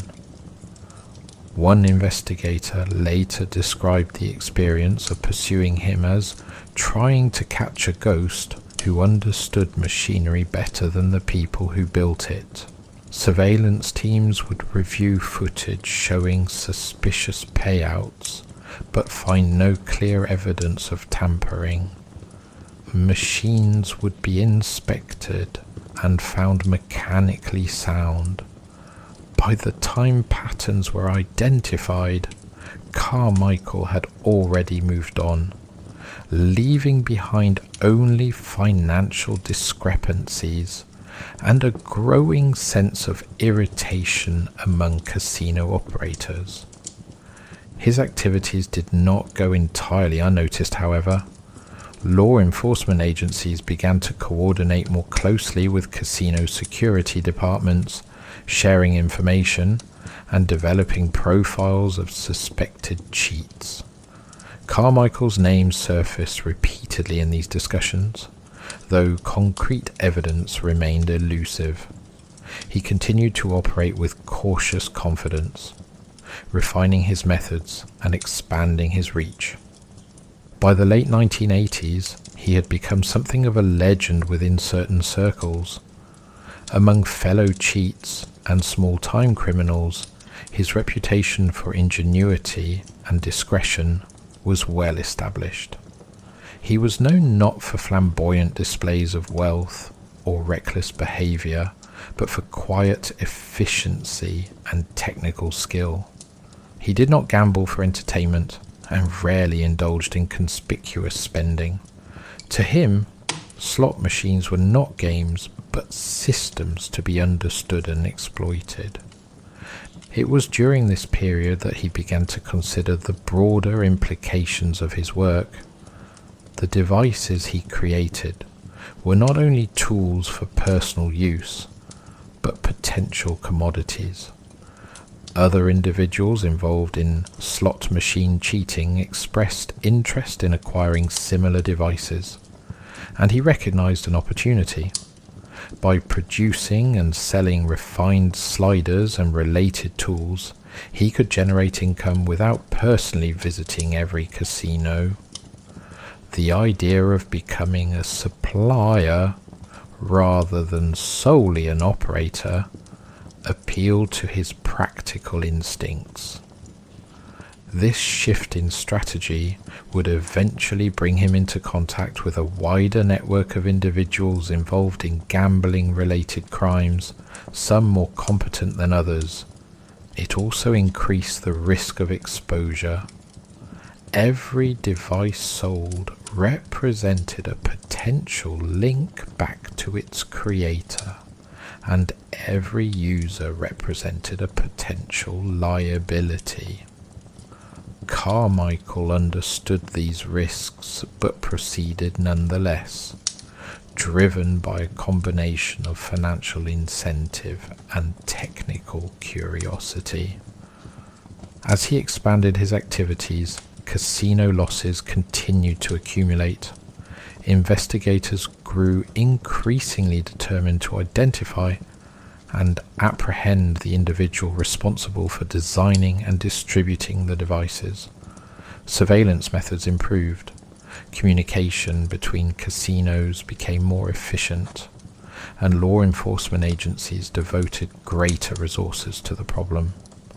The stage was set for a prolonged and increasingly sophisticated contest between a solitary technician and an entire industry determined to stop him. The next phase of his career would involve more advanced machines, more elaborate devices, and a level of cat and mouse tension that would test the patience of everyone involved. It would also produce a catalogue of missing money that remains difficult to quantify even today, scattered across countless machines and locations, each instance a small but persistent reminder that even the most carefully engineered systems can be undone by a patient mind with a piece of bent metal. By the time Tommy Glenn Carmichael stepped fully back into the world of slot machines after his first prison sentence, he no longer saw casinos as intimidating institutions. He saw them as evolving machines that required study. The fluorescent lights, the patterned carpets, the repetitive music and coin noise were simply environmental details. What mattered to him was circuitry, timing, and the predictable habits of people who believed their systems were secure. He returned not with the reckless hunger of a gambler, but with the steady patience of a technician resuming a long-term project. The slider he had refined after prison was, by all accounts, a remarkable piece of criminal engineering. It was slender enough to slip into a coin slot unnoticed, shaped to interact with internal components that most casino technicians rarely saw directly. With subtle pressure applied at precisely the right moment, it could trick certain mechanical slot machines into registering credits without the insertion of actual coins. The machine believed it had been fed, and so it played along. For a patient operator, this meant generating dozens or even hundreds of phantom credits that could later be cashed out in legitimate-looking payouts. Carmichael treated the process with the discipline of a craftsman. He did not rush. He rarely stayed at one machine long enough to draw attention. He rotated between locations, sometimes crossing state lines simply to avoid establishing patterns. He favoured smaller casinos and gambling venues, where surveillance was less sophisticated and staff turnover was high. In these environments, familiarity worked in his favour. He became a quiet, regular, rather than a suspicious stranger, another middle-aged man passing time in front of a machine. Money accumulated slowly but steadily. Unlike dramatic casino heists that relied on single large scores, Carmichael's method produced a continuous stream of smaller, less noticeable losses. A few $100s from one machine, 1,000 from another, several thousand over the course of a long evening across multiple locations. Over weeks and months, the total grew substantial. Yet because the losses were distributed across time and geography, they were difficult to attribute to a single individual.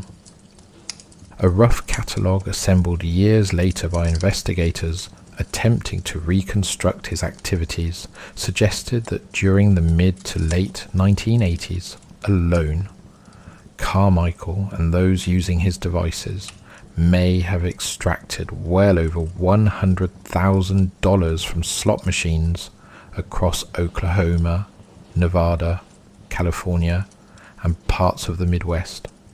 Some estimates place the figure far higher, though precise accounting proved impossible. Many machines were never examined closely enough to reveal tampering, and many casinos preferred to absorb small, unexplained losses rather than publicize vulnerabilities that might invite further exploitation.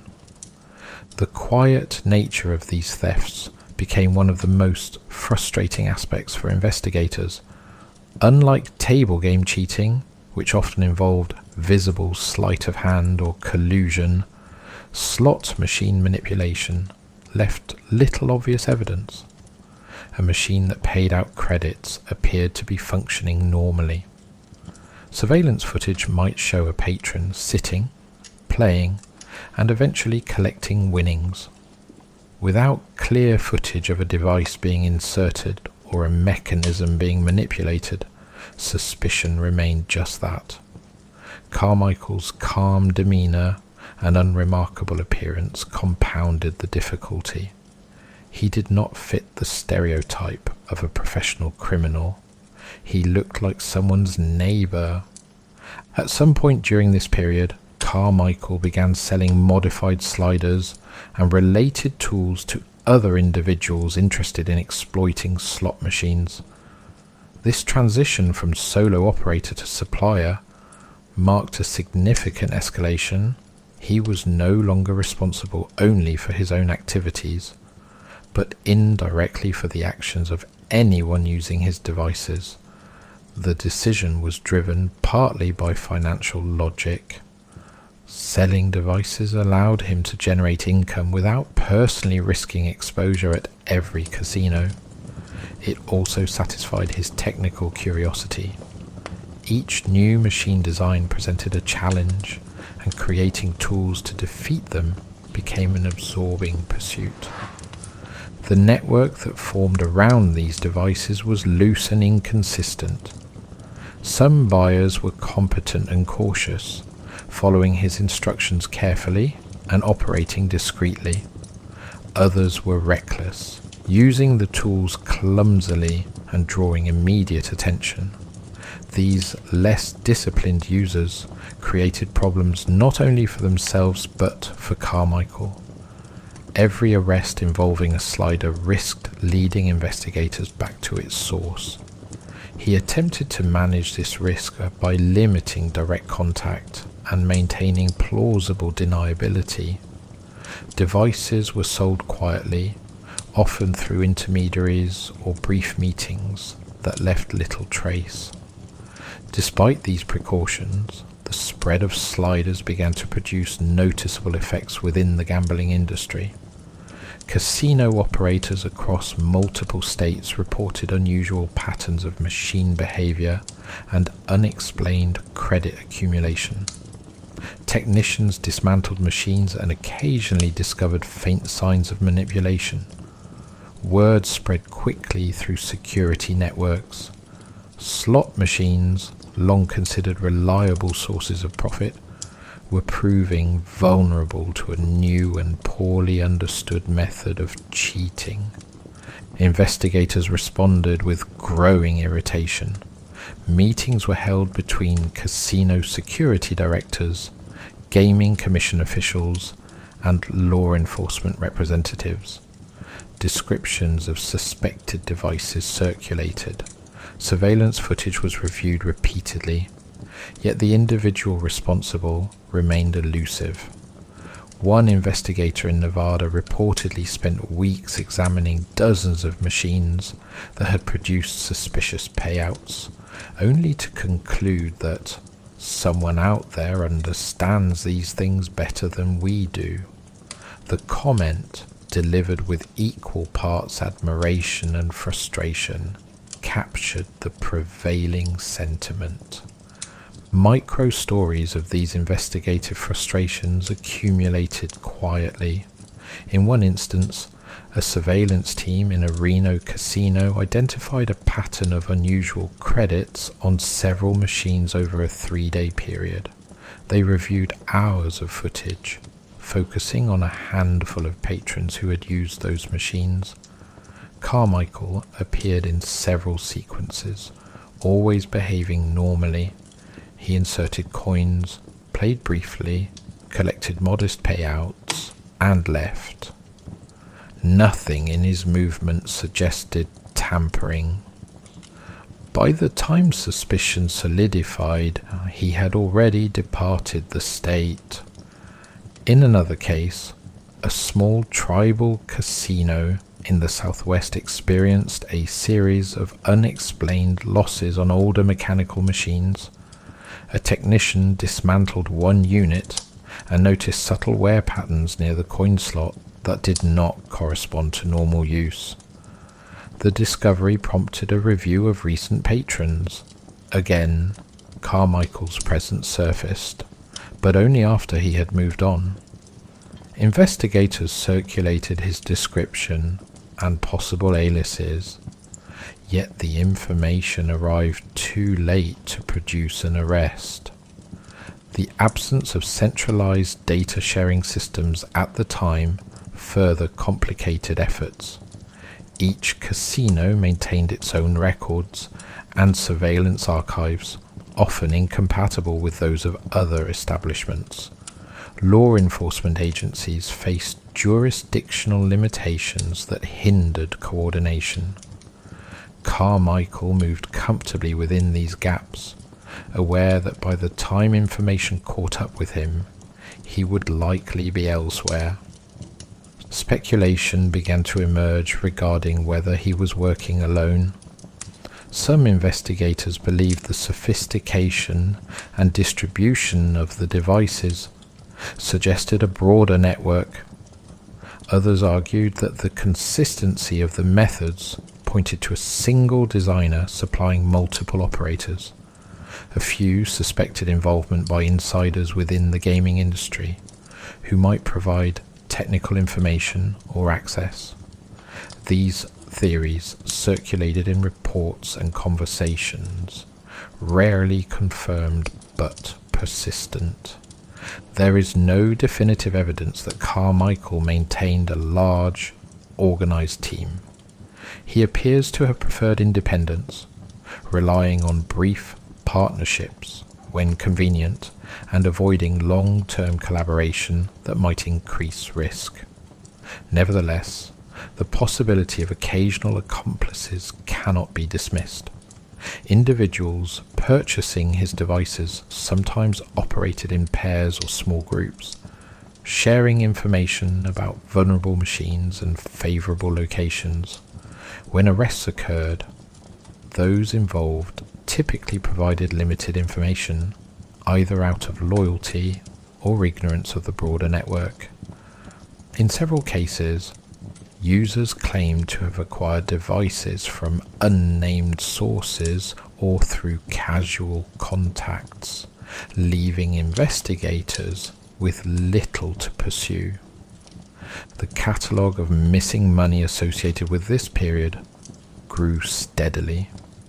Investigators later estimated that individual slider operators could extract between $2,000 and $5,000 per week from moderately busy casinos without triggering immediate alarms. Multiplied across multiple users and locations, the cumulative losses over several years likely reached into the hundreds of thousands of dollars. Some internal casino reports suggested figures approaching $1 million industry-wide, though such numbers remain speculative due to incomplete reporting and the reluctance of casinos to disclose vulnerabilities publicly. As losses mounted, so did pressure on manufacturers to improve machine security. Engineers began redesigning internal mechanisms to resist manipulation. Coin paths were altered, sensors upgraded, and anti-tampering features introduced. Each modification represented a new challenge for Carmichael. He responded as he always had, by studying the changes carefully and developing countermeasures. The process became an ongoing technical duel between designers and a single persistent adversary. One particularly telling incident occurred in a Las Vegas casino where newly upgraded machines had been installed specifically to combat slider use. Within weeks, unexplained credits began appearing once again. Surveillance teams intensified monitoring and eventually detained a suspect using a modified device. During questioning, the individual admitted to purchasing the tool from a man matching Carmichael's description. The admission did not lead directly to an arrest, but it reinforced the growing belief that a single skilled designer stood behind many of the industry's problems. Investigators grew increasingly determined to locate him. Bulletins circulated among casinos and law enforcement agencies. Descriptions were refined, photographs collected, and known associates identified. Yet Carmichael remained difficult to pin down. He continued traveling, adjusting his methods, and maintaining a low profile. His life outside casinos remained modest. He did not flaunt wealth or cultivate notoriety. To neighbors and casual acquaintances, he appeared unremarkable, even dull. This ordinariness became one of his greatest assets. Investigators searching for a flamboyant criminal mastermind instead encountered a soft-spoken technician who blended easily into the background. When questioned during occasional detentions, he displayed polite cooperation and a lack of visible anxiety. Without clear evidence of wrongdoing, authorities often had little basis for prolonged detention. He would be released and quietly disappear once more into the flow of interstate travel. The sense of mystery surrounding him deepened. Within casino security circles, his name acquired an almost mythic quality. Stories circulated of machines inexplicably producing credits, of suspects detained with unusual devices, of losses that could not be fully explained.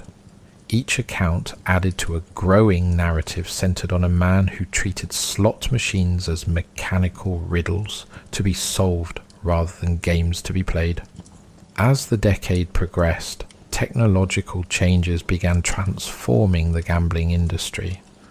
Mechanical machines gave way to electronic and eventually computerized systems. For many traditional cheats, this shift represented the end of opportunity. For Carmichael, it presented a new and more complex challenge. Electronic machines operated on different principles, relying on microprocessors rather than purely mechanical components. The familiar vulnerabilities exploited by sliders and earlier tools were gradually disappearing. Rather than abandon his activities, he began studying these new machines with the same patient curiosity that had defined his earlier work. He purchased used units when possible, dismantled them, and examined their internal logic. He experimented with new devices designed to interact with electronic sensors and circuitry. The process required more advanced technical knowledge and carried greater risk. Electronic machines often recorded detailed operational data, making anomalies easier to detect. Yet he persisted, driven by the same blend of financial incentive and mechanical fascination that had guided him from the beginning. Investigators, meanwhile, sensed that the contest was entering a new phase. Reports of traditional slider use declined as machines became more secure, but new forms of unexplained behavior began to emerge. Credits appeared where none should exist. Machines entered service modes unexpectedly. Payouts occurred without corresponding wages.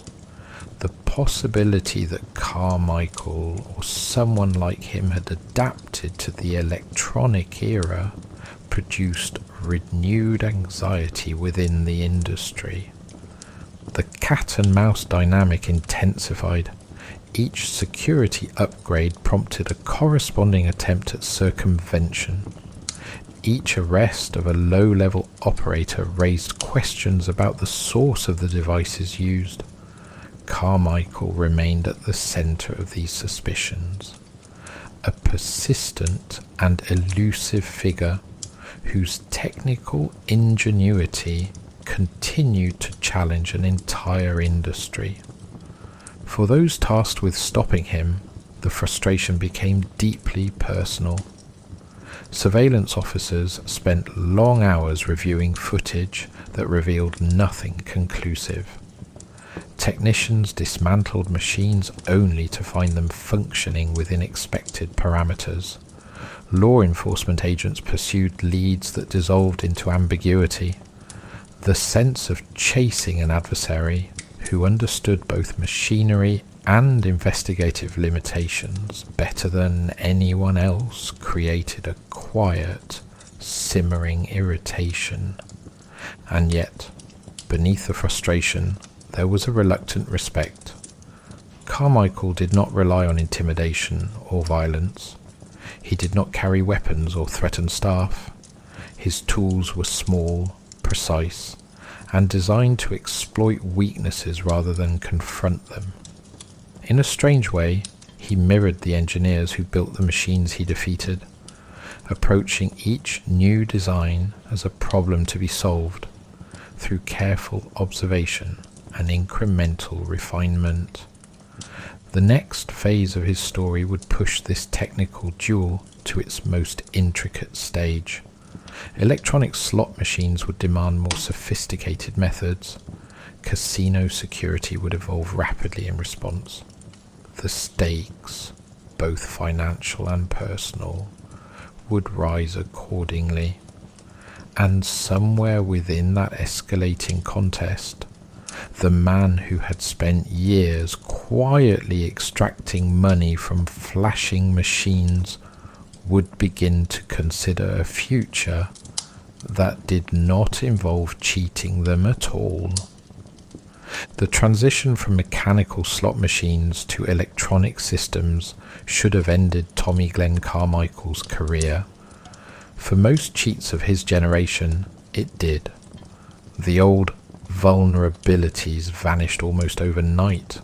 Sliders and top-bottom joints, once so effective, became obsolete as machines adopted microprocessors, digital credit systems, and internal sensors capable of detecting irregularities. Casinos invested heavily in new technology designed specifically to eliminate the sort of manipulation that had sustained Carmichael for years. The machines grew quieter internally, but more watchful. Every coin, every credit, every payout was recorded and stored. For a time, losses attributed to traditional slot cheating declined sharply. Security directors expressed cautious optimism that the problem had been solved through engineering rather than enforcement. Yet Carmichael was not inclined to retire simply because the machines had changed. He viewed the new systems not as impenetrable barriers, but as unfamiliar puzzles. Where others saw defeat, he saw an opportunity to learn. He began acquiring electronic slot machines through secondary markets, purchasing older units from distributors and repair companies willing to sell decommissioned equipment. In quiet workshops and rented spaces, he dismantled them piece by piece. Circuit boards were examined, wiring traced, sensors identified. He studied how credits were registered, how payout commands were issued, and how error conditions were detected. The work required patience and an increasingly sophisticated understanding of electronics. He read manuals when he could obtain them, and relied on experimentation when he could not. This period of study did not produce immediate results. Electronic machines were far less forgiving than their mechanical predecessors. Attempts to manipulate them using adapted versions of earlier devices often triggered alarms or disabled the machine entirely. On more than one occasion, experiments ended with a unit permanently locked in error mode. For someone who had built a career on subtlety, these failures were instructive. They revealed how the machines defended themselves, and where their vulnerabilities might still exist. Gradually, he began to develop new tools. Among the most notable was a device that came to be known within certain circles as a light wand. It resembled an ordinary object, easily concealed and carried without attracting attention. Its purpose was to interact with optical sensors inside specific models of electronic slot machines. By introducing a carefully timed pulse of light into the machine's bill acceptor or sensor pathway, it could disrupt the normal counting sequence and cause the machine to register credits that had not been legitimately inserted. The technique required precise timing and knowledge of specific machine designs, but in skilled hands it proved effective. With this innovation, Carmichael re-entered casinos cautiously. Electronic machines recorded detailed operational data, making anomalies more visible to technicians reviewing logs. He adjusted his methods accordingly, limiting the number of credits generated per machine and avoiding repetitive patterns. The goal was not dramatic jackpots, but modest, consistent gains that blended into normal operational variance. He returned to the quiet rhythm that had defined his earlier years, moving from location to location, never staying long enough to invite focused scrutiny. The catalogue of missing money expanded once again, though as before it remained difficult to quantify precisely.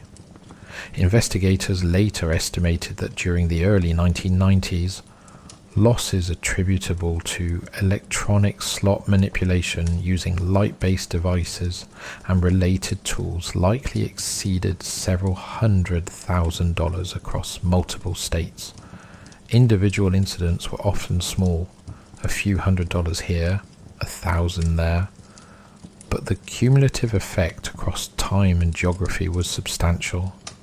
Casinos occasionally identified machines behaving oddly, but without clear evidence of tampering. The losses were often attributed to technical faults or routine variants. Frustration among investigators deepened. The belief that the problem had been solved through technological advancement proved premature. Meetings between casino security directors and gaming commission officials grew more urgent. Reports circulated describing unusual machine behavior consistent with external interference. Engineers were consulted and tasked with identifying possible vulnerabilities. The sense that a single persistent adversary continued to adapt alongside their efforts, created an atmosphere of quiet exasperation. One investigator in Nevada later described a particular episode that captured the mood of the time. A series of electronic machines in a mid-sized casino began registering unexplained credits over several weeks. Surveillance teams reviewed footage repeatedly, focusing on patrons who had used those machines. Carmichael appeared briefly in several sequences, always calm, always unremarkable. He played modestly, collected small payouts, and moved on. Nothing in his behavior suggested overt manipulation, yet the pattern of his presence aligned too neatly with the anomalies to ignore.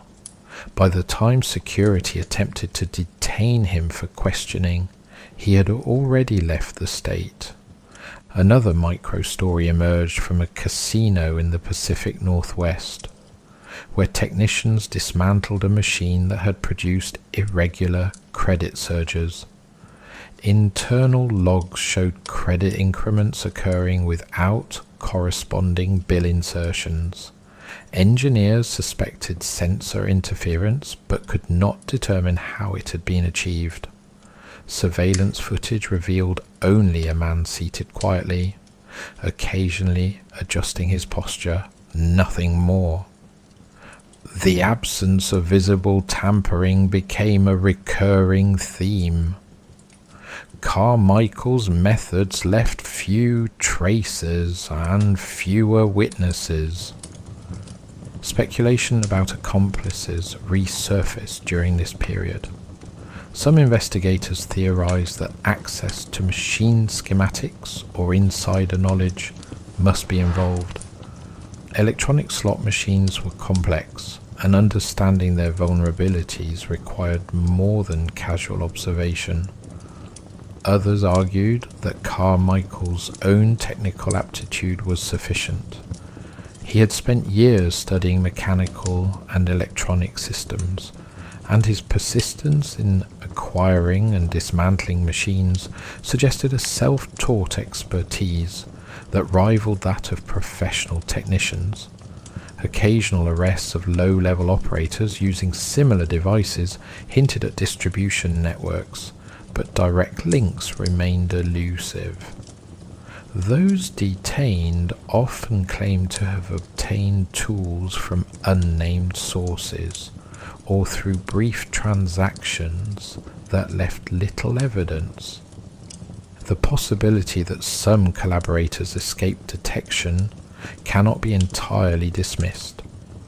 Individuals who purchased his devices occasionally operated independently, extracting money from machines in locations he never visited. When arrests occurred, the trail frequently ended with the immediate user. Whether out of loyalty, fear, or simple lack of knowledge, few provided information that led further.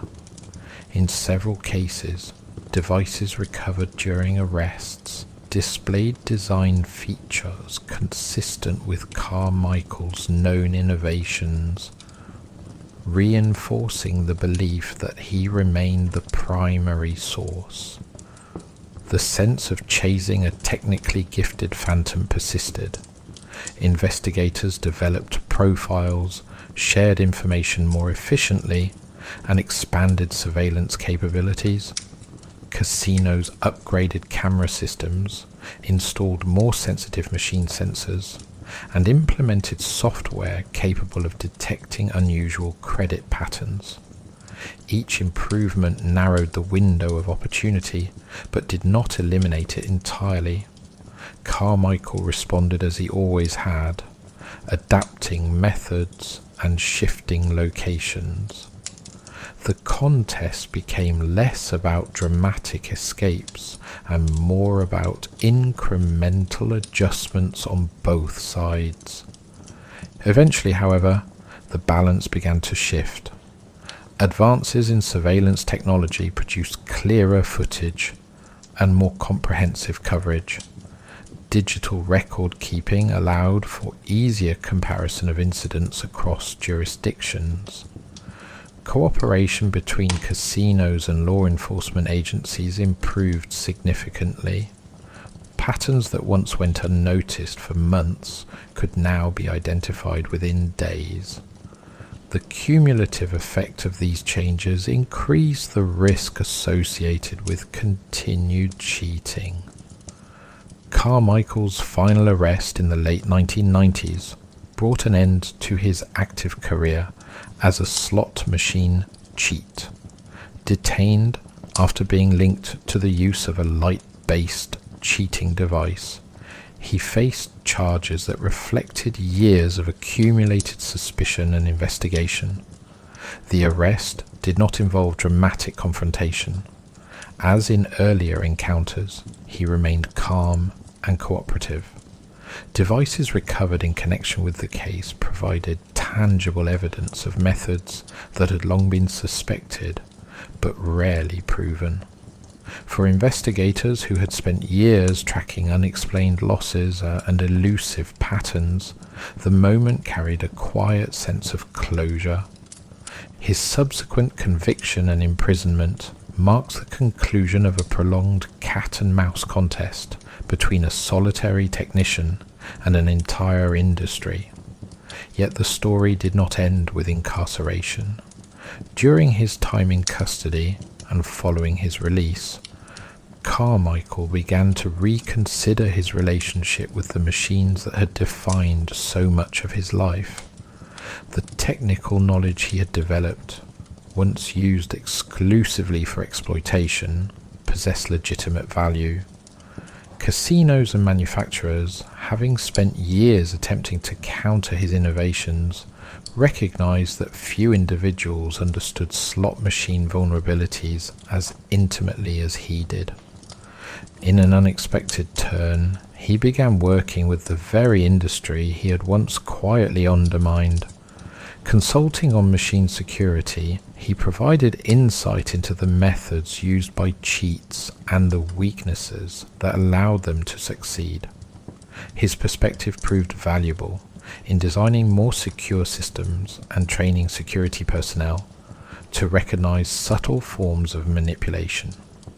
The transition from adversary to advisor was not immediate or universally welcomed, but it reflected a pragmatic recognition that expertise could serve different purposes depending on context. The man who had once carried small, carefully crafted tools in his pockets now demonstrated those same devices in controlled environments, explaining how they functioned and how machines could be redesigned to resist them. Engineers and security professionals listened with a mixture of curiosity and residual irritation. For years, he had been the source of unexplained losses and persistent frustration. Now he was, in a sense, helping to prevent future versions of himself. His later life remained relatively quiet. He did not achieve celebrity status or public notoriety on a grand scale. To those who encountered him in professional settings, he appeared measured and reflective, a technician who had spent decades engaged in an unusual form of mechanical competition. The slot machines he once treated as adversaries became subjects of analysis and improvement. The transition did not erase his past, but it reframed it within a narrative of technical evolution rather than simple criminality. Tommy Glenn Carmichael eventually stepped away from active involvement in both cheating and consulting, living out his later years with little public attention. His ultimate fate was not marked by dramatic downfall or lavish success, but by a quiet recognition that the skills he had cultivated could no longer be applied as they once were. The industry had changed, technology had advanced, and the era in which a single patient mechanic could quietly outmaneuver casinos across the country had largely passed. What remains is a story that lingers in the quieter corners of gambling history. A man who treated slot machines not as games but as systems to be understood. An industry forced to adapt repeatedly to one individual's persistence and ingenuity. A long catalogue of missing money scattered across years and locations, much of it never fully accounted for.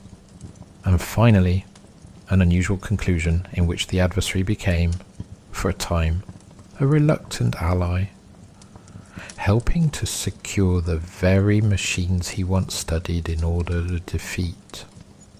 In the end, the flashing lights and mechanical chimes continued without interruption.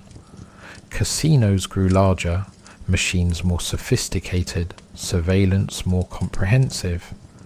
Yet somewhere within that constant evolution lies the memory of a technician who approached those machines with quiet curiosity and a bent piece of metal, reminding everyone involved that even the most carefully engineered systems are only as secure as the minds that attempt to understand them.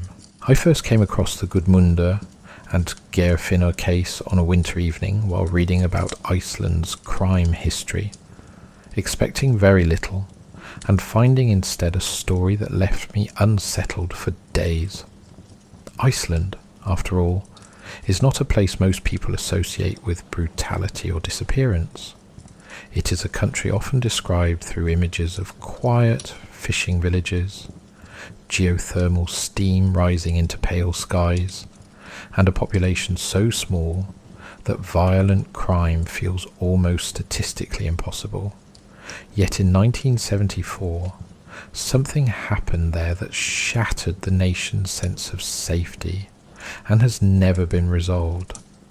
Two men vanished within months of each other, leaving behind almost no physical trace. And what followed was an investigation so controversial that many Icelanders now believe the truth was not merely lost, but buried by the very authorities tasked with uncovering it. To understand why these disappearances still haunt Iceland, it helps to picture the country as it was in the 1970s.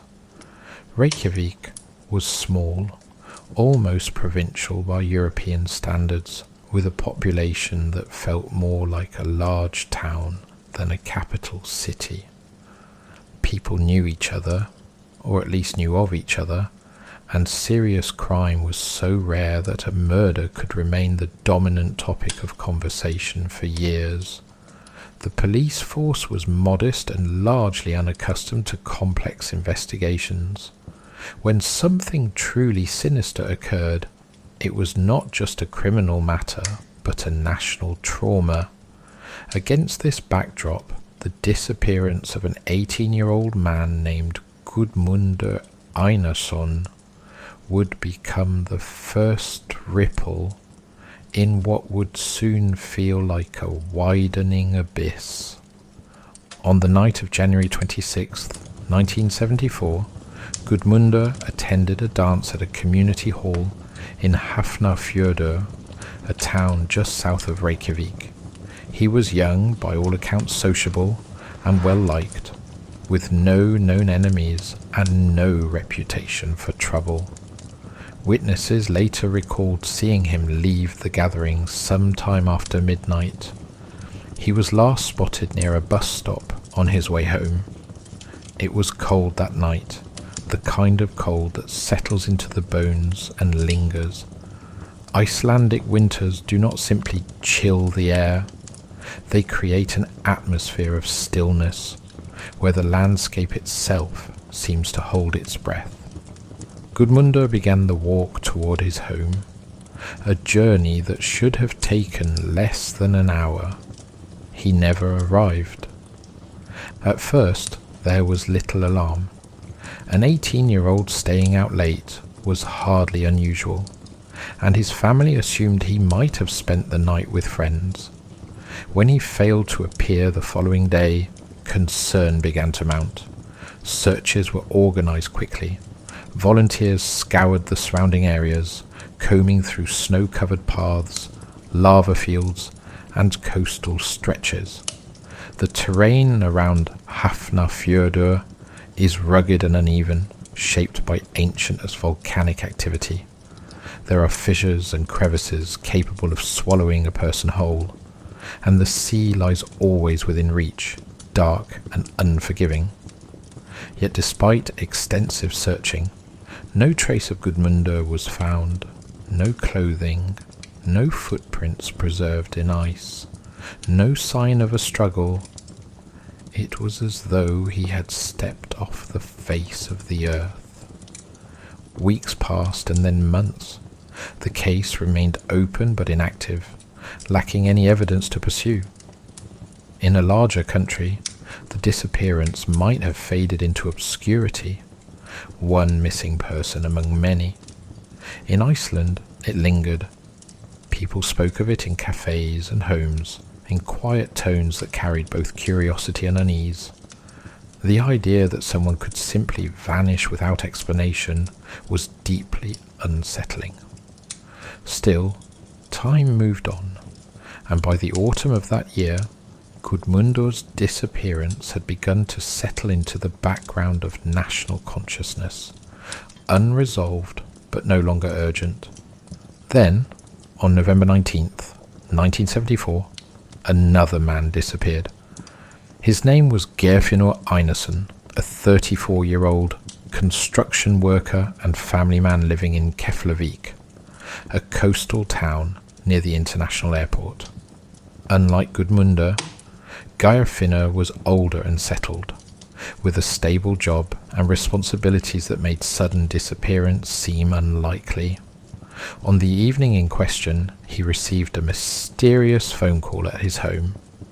The caller asked him to meet at Keflavik harbour.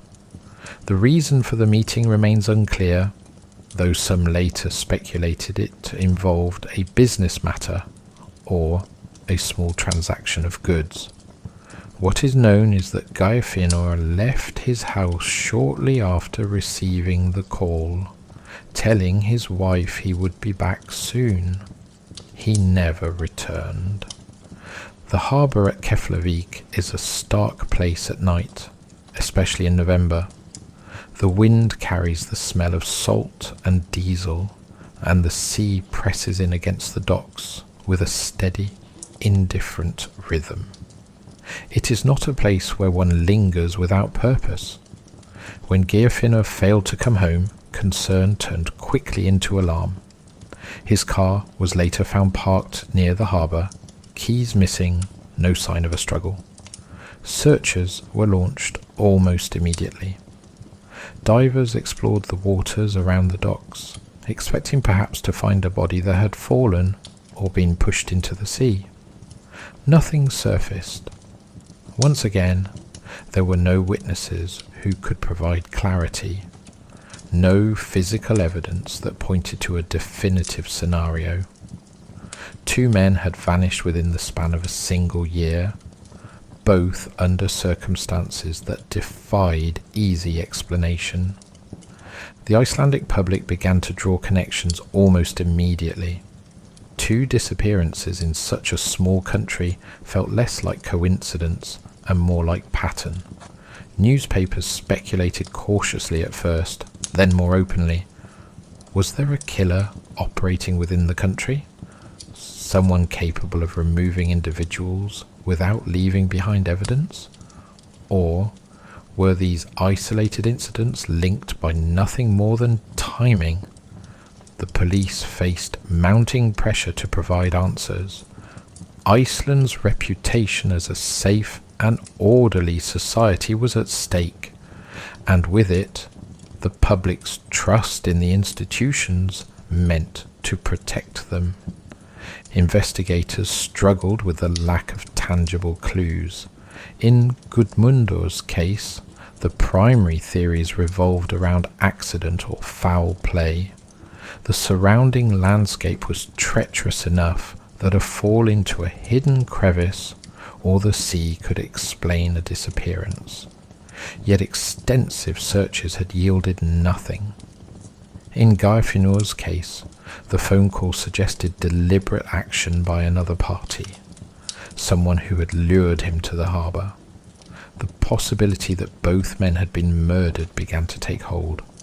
Still, without bodies or forensic evidence, there was little to pursue. The investigation stalled, and for a time it seemed these mysteries might remain unsolved indefinitely.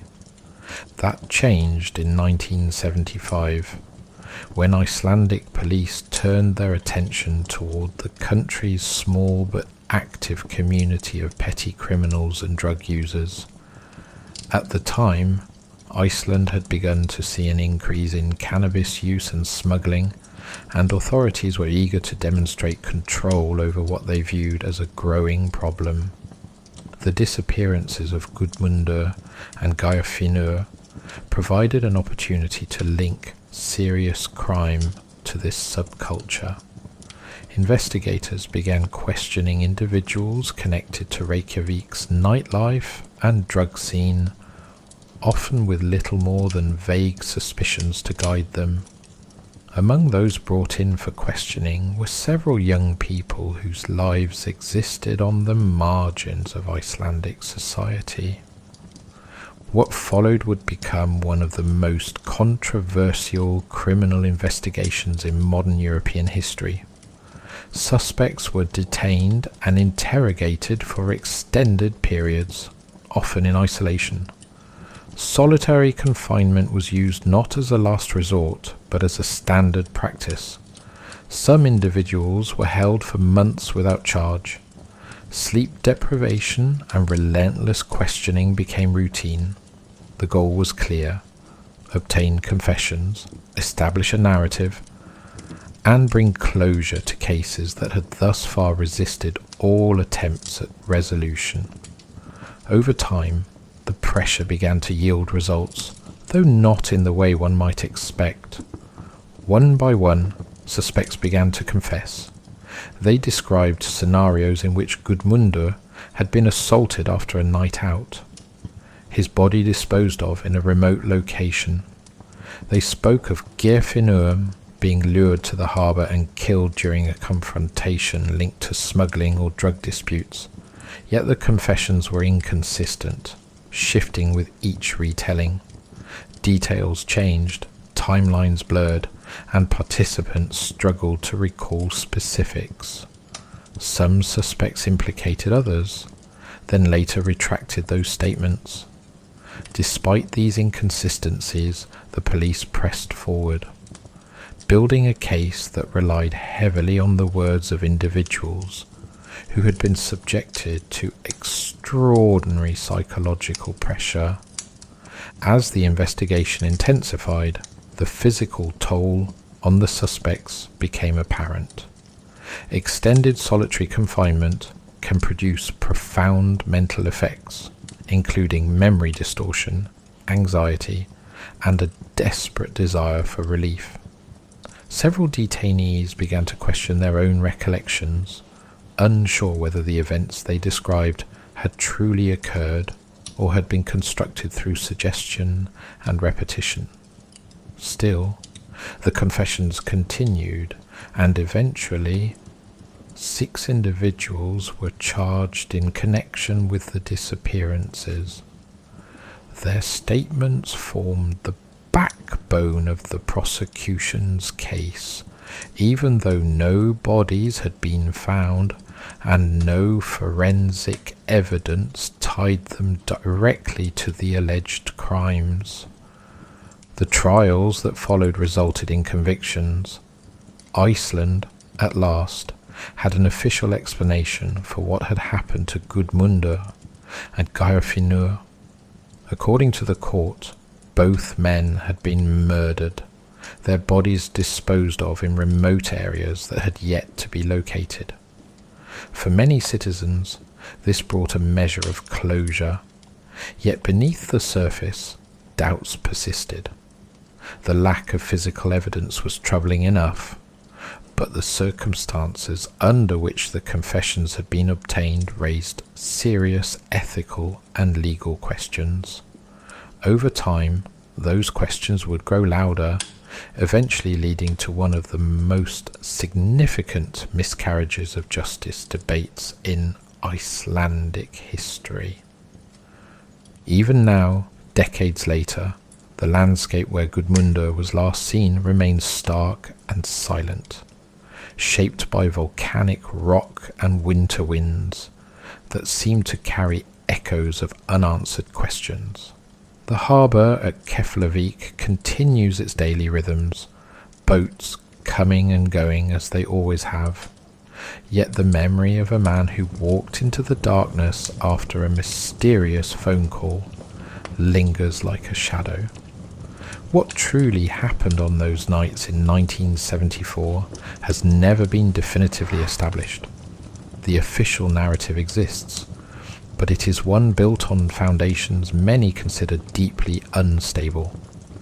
In Iceland, a country defined by both natural beauty and isolation, the disappearances of Gudmundur and Geirfinnur endure as a reminder that even the most peaceful places can harbour secrets that refuse to surface. And as I began to dig further into the case, reading court transcripts, investigative reports, and personal accounts from those involved, it became clear that the story was far more disturbing than two simple disappearances. It was not merely about men who vanished, but about what a society will do when confronted with the intolerable uncertainty of not knowing. The more one studies the case, the more it becomes apparent that the investigation itself developed a gravity of its own, pulling people into a narrative that hardened over time, regardless of how fragile its foundations were. By late 1975 and into 1976, Icelandic police had assembled what they believed was a coherent account of both disappearances. According to this version of events, Gudmundur had encountered a group of young people after leaving the dance in Hafnarfjörður. An altercation allegedly followed, possibly fueled by alcohol and minor criminal activity. In the narrative constructed through confessions, Gudmundur was said to have been beaten severely. Some accounts described kicks to the head and torso after he fell, the kind of prolonged assault capable of rupturing internal organs and causing catastrophic brain injury. One suspect later described blood soaking into snow and gravel as Gudmundur lay motionless. His body, they claimed, was then transported to a remote area and concealed in terrain shaped by lava flows and fissures where it would never be found.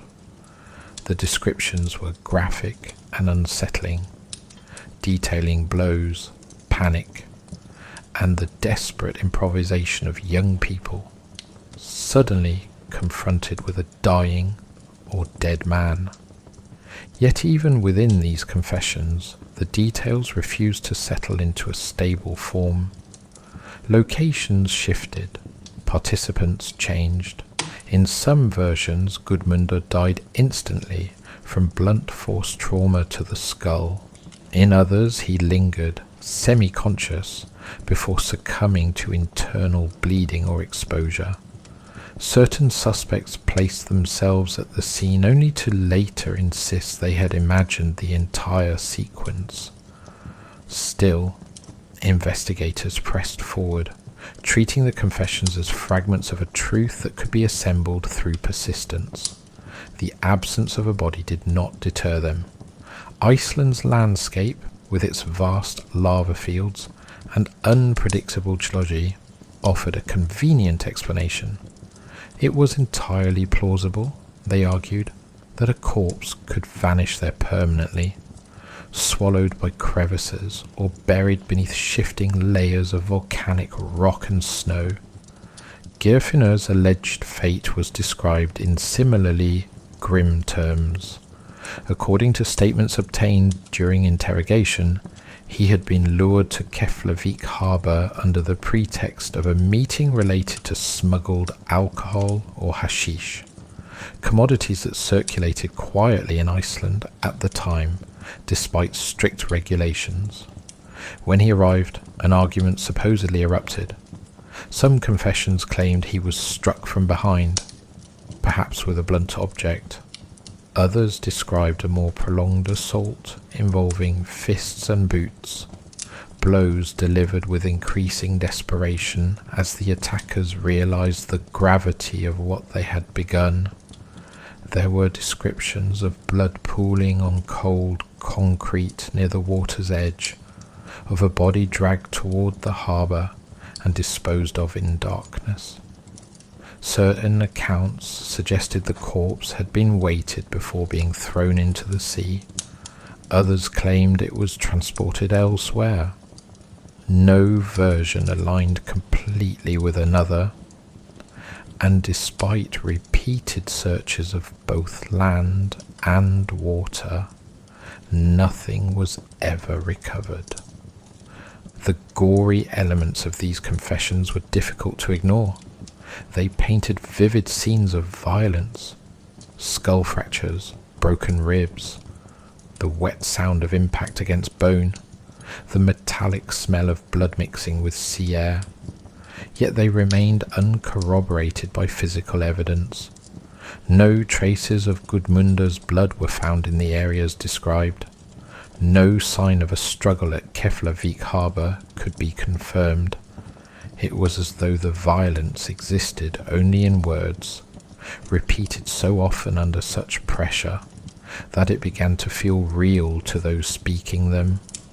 Several suspects later stated they came to believe in their own guilt during the interrogations, convinced that if the police were so certain, the events must have occurred even if their own memories failed to produce clear images.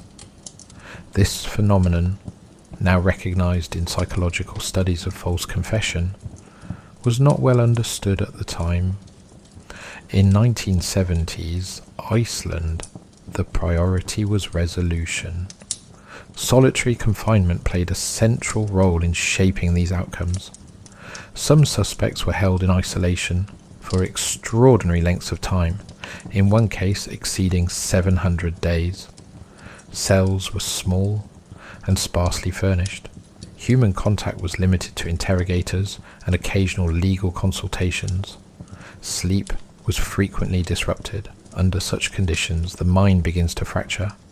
Time loses coherence. Memory becomes unreliable. Several detainees reported experiencing vivid dreams and hallucinations, waking unsure whether what they had imagined was distinct from reality.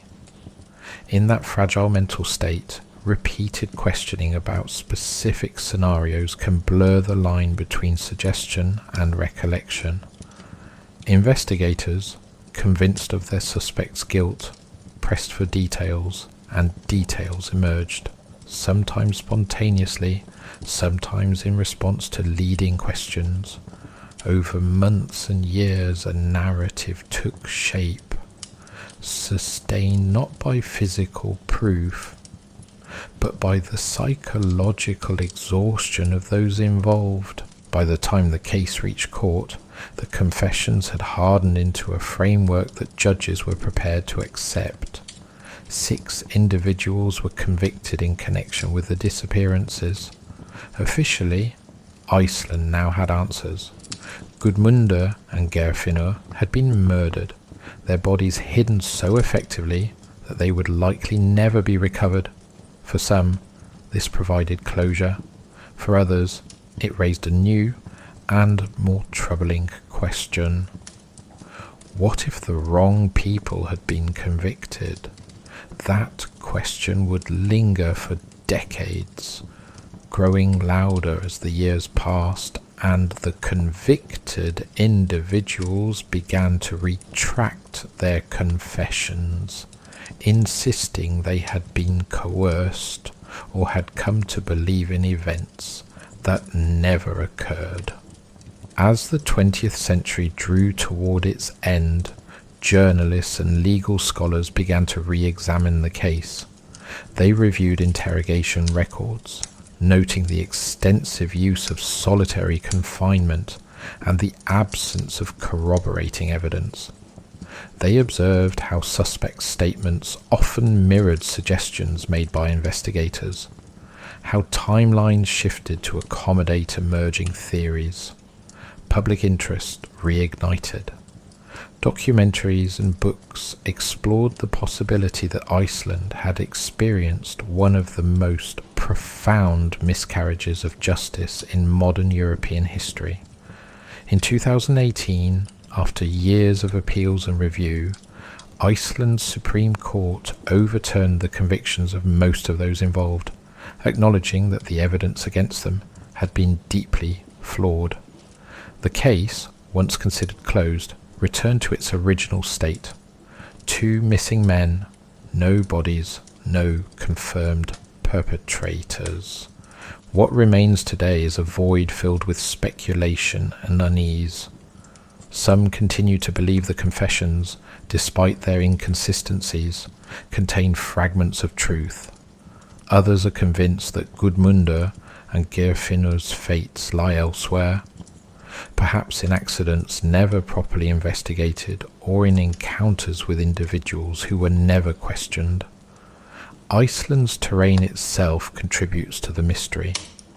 Lava fields stretch across vast areas, riddled with caves and fissures capable of concealing remains indefinitely. The ocean surrounding the island is cold and deep, preserving secrets beneath its surface. It is entirely possible that physical evidence exists somewhere within these landscapes, waiting to be discovered by chance, decades or centuries from now. There is also a more intangible dimension to the case, one that lingers in the collective memory of Iceland. In small communities where stories travel quickly and endure for generations, unexplained events acquire a resonance that feels almost supernatural. Some who have studied the disappearances speak of a strange stillness associated with the locations involved, as though the land itself holds memories it cannot express.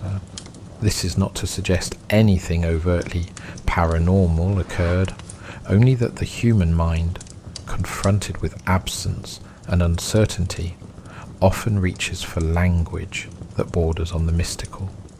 2 men walked into the Icelandic night and were never seen again. The official explanations have been dismantled, yet no definitive alternative has emerged. What remains is a silence that feels heavier than simple ignorance. Iceland's long winters contribute to this atmosphere. During the darkest months, daylight shrinks to a few pale hours, and night stretches across most of the day. In such conditions, the boundary between reality and imagination can feel thin. It is easy to see how stories of disappearance take on an almost otherworldly quality when set against landscapes of black volcanic rock and endless snow. The wind moving across lava fields produces low, resonant tones. The sea at night reflects no light. Standing in these places, one becomes acutely aware of how easily a person could vanish, and how completely the environment might absorb the evidence. The case of Gudmundur and Geirfinnur exists within this context, grounded in hard facts, yet surrounded by an atmosphere that invites speculation beyond them. Even now, investigators occasionally revisit the files, though no significant new leads have emerged. Families of the missing men continue to live with uncertainty. a condition often described as more painful than confirmed loss. Without bodies, there can be no finality. Without clear evidence, there can be no definitive narrative. The disappearances remain suspended in time, unresolved and perhaps unresolvable. Iceland has changed dramatically since the 1970s, becoming more connected to the wider world, more accustomed to complex criminal investigations. Yet this case endures as a reminder of a moment when the country confronted something it could not fully comprehend. When I think about Gudmundur walking home through the cold after a night of music and conversation, I imagine the crunch of snow beneath his shoes and the quiet of streets emptied by winter. When I consider Geirfinnur stepping into his car after that mysterious phone call, I picture the harbour lights reflected on dark water and the sense of purpose that must have driven him into the night. Both scenes end abruptly, swallowed by absence.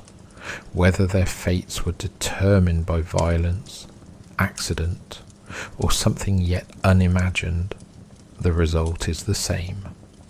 2 lives interrupted, 2 stories without endings. There is a particular unease in mysteries that resist resolution for decades. They begin to feel less like isolated events and more like open spaces in the fabric of history, gaps through which imagination and fear can seep. In Iceland, where landscapes are shaped by forces older than human memory, such gaps carry a weight that borders on the mythic. Yet at the centre of this story are not legends, but real individuals whose disappearances altered the course of many lives. The facts remain stubbornly incomplete. The confessions that once seemed to provide answers have dissolved under scrutiny. The land and sea continue to hold whatever evidence might exist, indifferent to human need for closure. And so the case endures, suspended between documented reality and the unsettling possibility that its true narrative may never be known. 2 men vanished in 1974, leaving behind only questions. Decades of investigation produced stories of brutal assaults and secret burials, yet none could be proven. The official explanations have been stripped away, revealing once more the original mystery.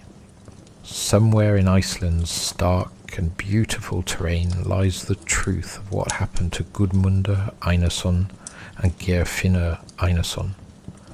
Until it is found, if it ever is, their disappearance will remain one of the most haunting unsolved chapters in modern European history, a reminder that even in places defined by light and openness, darkness can persist just beneath the surface. There are places in Colombia where maps simply stop trying to be accurate, where the green of the jungle presses so tightly against itself that satellite images blur into a single, endless mass, and where entire human beings vanish without leaving behind so much as a shoe. I have always been drawn to those places in the way one is drawn to a locked door in a quiet corridor, not because I believe there is something supernatural waiting behind it, but because history shows that when people disappear in clusters, and when their remains are sometimes found in states that defy easy explanation, there is usually something deeply human and deeply disturbing at work beneath the surface. The Colombian jungle, particularly the vast region stretching through the Amazon basin, the Darien Gap, and the dense interior corridors between Caquetá, Guaviare, Putumayo, and Meta, has for decades functioned as one of the most unforgiving environments on Earth. It is not merely a forest, but an ecosystem that actively erases evidence. Heat accelerates decomposition to a startling degree. Insects strip soft tissue within hours. Rivers swell and shift, swallowing objects and then depositing them hundreds of miles away. The ground itself is soft, unstable, and in many places riddled with sinkholes and concealed graves that date back through years of conflict. When people go missing there, they rarely return, and when they do return, it is often in fragments. One of the most unsettling patterns, and one that investigators inside Colombia have quietly acknowledged for years, is that disappearances in the jungle do not occur randomly. They cluster along certain river routes, near abandoned airstrips, or at the edges of territories once controlled by guerrilla factions, paramilitaries, or narcotics traffickers. These regions form invisible corridors, and within those corridors people vanish with a consistency that suggests design rather than chance. In 2013, a small team of environmental surveyors entered a section of rainforest near the Guaviare River.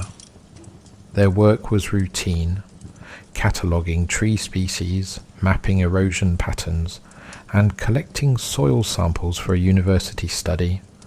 There were 4 of them, all experienced, all equipped with satellite phones and GPS. They were scheduled to return to San Jose del Guaviare within 6 days. On the 7th day, when they failed to appear, local authorities initiated a search that would stretch across nearly 2 weeks and cover hundreds of square kilometers. What search teams found was not encouraging. Their campsite remained intact. Equipment lay undisturbed. One hammock still hung between 2 trees, gently swaying as though someone had risen from it moments earlier. Boots sat near the edge of a small clearing. A cooking pot still contained the hardened remnants of rice and tinned meat. There were no signs of struggle, no visible blood, and no footprints leading away from the site that could be reliably followed through the thick undergrowth. It was as if the group had stood up together and walked into the trees, leaving everything behind. 3 weeks later, a fisherman travelling downriver discovered a backpack lodged between branches along the muddy bank. Inside were notebooks belonging to one of the surveyors, water damaged but partially legible. The final entries were routine observations about soil acidity and insect density, followed by a short line written with enough pressure to tear the page beneath it. The line read, "We keep hearing someone moving just beyond the trees." There were no further notes. The official conclusion suggested the team had become disoriented and succumbed to the jungle itself, perhaps falling victim to dehydration, infection, or wildlife. Yet experienced trackers who reviewed the case pointed out a crucial detail. When people are lost in dense rainforest, they tend to leave trails of disturbance, broken branches, displaced leaves, discarded items. Even in panic, the human body moves in ways that mark its passage. In this case, there was nothing. No trail leading away from camp. No scattered belongings. No remains discovered in any direction despite extensive aerial searches. The jungle had not simply swallowed them, it had erased them. Stories like this are not isolated incidents, but part of a broader pattern that stretches back decades. During the height of Colombia's internal conflicts, vast portions of the jungle were effectively off-limits to civilians. Guerrilla groups, paramilitaries, and criminal organizations carved the landscape into territories, each governed by its own rules and punishments. Those who entered without permission often disappeared. In some cases, their bodies were deliberately hidden in mass graves or dissolved in chemicals. In others, they were left exposed as warnings. Yet there were also reports, whispered by locals and occasionally recorded in police files, of individuals who vanished in areas where no armed group claimed responsibility and where no remains were ever recovered. In the late 1990s, a river trader named Esteban Rojas travelled regularly between small settlements along the Caquetá River. He knew the waterways intimately and had spent most of his adult life navigating the shifting channels. One evening he set out with a small cargo of supplies bound for a village several hours downstream. He never arrived. When his boat was eventually located days later, it drifted near a bend in the river, engine silent, cargo untouched. The fuel tank remained half full. His personal belongings were still on board, including his boots placed neatly near the stern, as though he had removed them voluntarily. What unsettled investigators was the condition of the boat itself. There were no signs of collision or mechanical failure, no evidence of struggle. Yet the interior bore faint smears of what forensic teams later confirmed to be human blood. Not large pools or obvious splatter, but thin streaks along the wooden floor, and one handprint near the edge of the vessel. The amount suggested injury, but not catastrophic trauma. Enough to indicate violence, not enough to explain a disappearance without further trace. Search teams combed the riverbanks for weeks. Nothing surfaced, no body, no clothing, no further blood. The river in that region moves slowly and tends to deposit debris along predictable curves. When something enters the water, it is usually found. In Esteban's case, it was not. Local residents offered theories in hushed tones. Some believed he had encountered traffickers who disposed of him at sea. Others suggested something more difficult to categorize. Several claimed that for days before his disappearance they had heard strange calls at night from the forest across the river, sounds resembling human voices attempting to mimic animals. One elderly woman insisted she had seen lights moving through the trees where no settlements existed.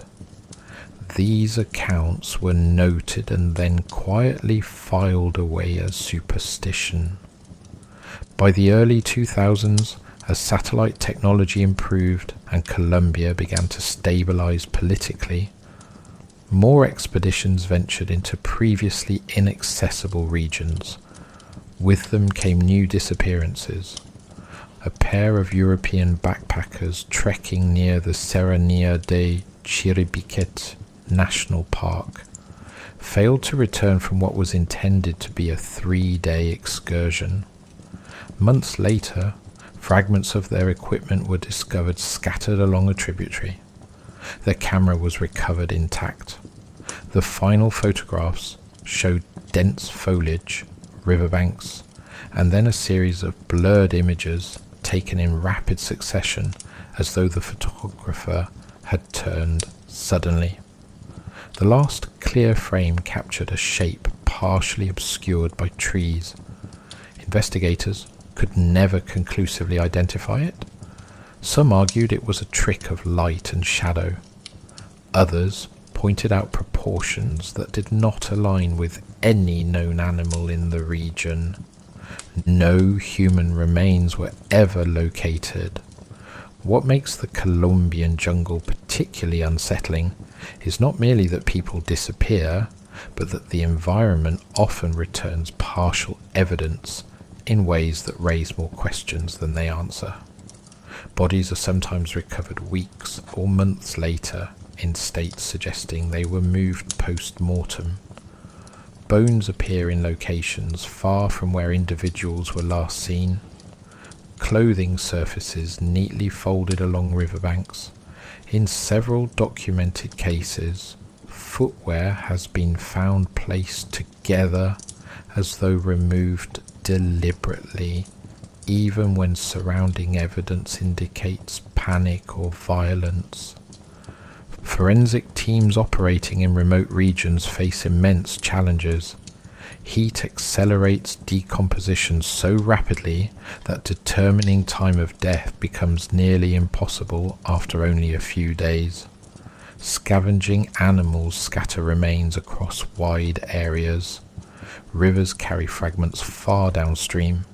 Yet even accounting for these factors, certain recoveries defy straightforward explanation.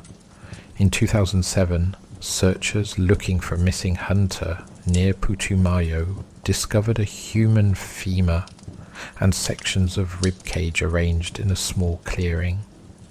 The bones belonged to a man who had vanished nearly a year earlier. They showed cut marks consistent with sharp tools, but no other remains were found within a 2-kilometer radius. There was no evidence of burial, no clothing, no skull.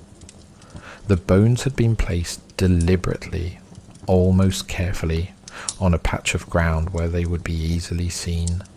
The official report suggested post-mortem scavenging and natural redistribution. Privately, one investigator noted that animals do not typically arrange bones in tidy groupings. Over time, these cases have created an undercurrent of unease among those who work in Colombia's interior regions. Guides speak of zones where they refuse to travel after dark. River pilots describe stretches of water where engines fail without clear mechanical cause. Indigenous communities maintain oral histories about areas considered spiritually dangerous, places where, according to tradition, the boundary between the living and the dead is unusually thin. While such beliefs are often dismissed by urban authorities, they persist with remarkable consistency across geographically distant groups. I find myself returning again and again to a particular question. When multiple disappearances occur within overlapping territories, and when physical evidence repeatedly appears in altered or incomplete forms, are we looking at isolated incidents shaped by an unforgiving environment? Or are we witnessing the surface traces of something more coordinated, more deliberate, and perhaps more deeply rooted in the landscape than official explanations allow? Because the Colombian jungle does not simply hide bodies, it hides patterns, and once one begins to trace those patterns across years and across regions, the picture that emerges is far more intricate and far more troubling than a series of unfortunate accidents. In the next part of this investigation, the focus shifts deeper into the river systems and abandoned corridors where the majority of vanishings occur, and where, on several occasions, search teams have stumbled upon discoveries so unsettling that even seasoned investigators have struggled to categorize them within the boundaries of conventional crime. What becomes clear when examining disappearance reports across Colombia's southern and eastern jungle corridors is that many of them occur along water rather than deep interior forest. Rivers function as highways through terrain that would otherwise be nearly impassable, and anyone moving supplies, conducting research, or travelling between settlements eventually relies on them. The same waterways that sustain life in the jungle also serve as silent transport routes for those who wish to move unseen. And for decades, they have carried more than cargo. In the department of Putumayo, along a slow-moving stretch of river bordered by dense canopy, authorities responded in 2004 to reports of an abandoned canoe drifting near a sandbank. Inside were 2 backpacks, several sealed containers of food, and a machete placed across the wooden seat. The canoe showed faint scoring along one side, as though it had brushed repeatedly against submerged debris. There were also small, dark stains near the bow that later tested positive for human blood. The quantity was limited but unmistakable. What was missing were the 2 men known to have been travelling in the vessel, both experienced fishermen familiar with the region and its hazards. Search teams combed the surrounding banks for nearly 10 days. They found footprints leading away from the river into a narrow corridor between thick stands of vegetation. The prints suggested 2 individuals moving quickly, occasionally stumbling. After roughly 30 meters, the trail stopped abruptly at a patch of flattened foliage where investigators noted signs of disturbance, broken stems, compressed earth, and additional traces of blood. Beyond that point there was nothing. No continuation of footprints, no drag marks, no discarded items. It was as if the men had stepped into a space and then ceased to exist within the physical landscape. Several weeks later, a fragment of human remains was recovered downstream. It consisted of part of a forearm bearing a distinctive tattoo that allowed identification of one of the missing men. The condition of the tissue suggested both animal activity and exposure to water, yet forensic examination revealed sharp force trauma inconsistent with typical predation. The remainder of the body was never found. The second man has never been located in any form. Cases like this often produce overlapping explanations. Armed groups operating in remote zones have historically used rivers as disposal routes, weighting bodies or dismembering them to hinder identification. Wildlife can scatter remains rapidly, especially in humid environments where scent travels quickly and scavengers converge. Yet investigators who reviewed the Putumayo case noted several inconsistencies. The initial disturbance site on land showed no clear signs of a struggle large enough to account for 2 adult men being subdued. The blood present was not extensive.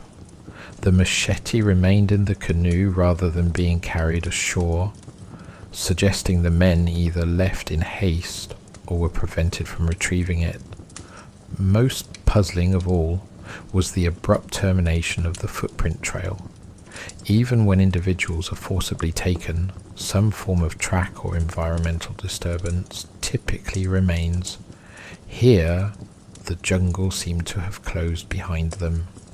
Further north, in the Meta region, a separate pattern emerged during the late 2000s involving small groups of illegal gold miners who established temporary camps along remote tributaries. Mining in these areas was dangerous not only due to the physical environment, but also because of the presence of criminal organizations seeking to control extraction sites. Several miners vanished over a span of 3 years under circumstances that initially appeared linked to territorial disputes. However, in at least 2 cases, equipment and personal belongings were left undisturbed at campsites, showing no signs of armed confrontation. Tents remained intact. Cooking fires had burned down naturally. tools lay where they had been set aside at the end of the workday. The men themselves were gone. In one instance, searchers discovered a series of shallow depressions leading away from a camp toward a densely vegetated ravine. The depressions resembled footprints, but lacked clear edges, as though made by individuals moving through unusually soft ground. They extended for approximately 20 meters before fading entirely. At the edge of the ravine, investigators found a helmet belonging to one of the missing miners placed upright on a rock. Inside the helmet were several small bones later identified as belonging to a human hand. No other remains were located in the vicinity, despite extensive searches. Local guides assisting with recovery efforts expressed reluctance to continue beyond certain points along the ravine. They spoke quietly of areas where sounds carried strangely and where animals avoided crossing. One guide described hearing what he believed to be voices calling from within dense foliage, not in any recognizable language, but in tones that rose and fell with a cadence resembling human speech. He insisted the sounds moved parallel to the search team's position without revealing a visible source. Such accounts were not included in the official report, but circulated informally among those involved in the operation. The accumulation of cases involving partial recoveries has produced a grim catalogue of forensic anomalies. Bodies or body parts are sometimes discovered at considerable distances from presumed points of disappearance with minimal evidence of transport. Clothing surfaces intact and relatively clean despite prolonged exposure to harsh conditions. In several documented instances, skeletal remains have been found arranged in ways that suggest deliberate placement rather than random scattering. One particularly troubling recovery occurred in 2011 when searchers near the Caquetá River located a skull positioned atop a mound of earth within a clearing. The mandible was missing, as were all other skeletal elements. The skull displayed a single, circular perforation consistent with a projectile wound. Around it lay several personal items belonging to a man reported missing 8 months earlier. The objects were arranged in a rough semicircle facing the skull, as though someone had taken time to position them.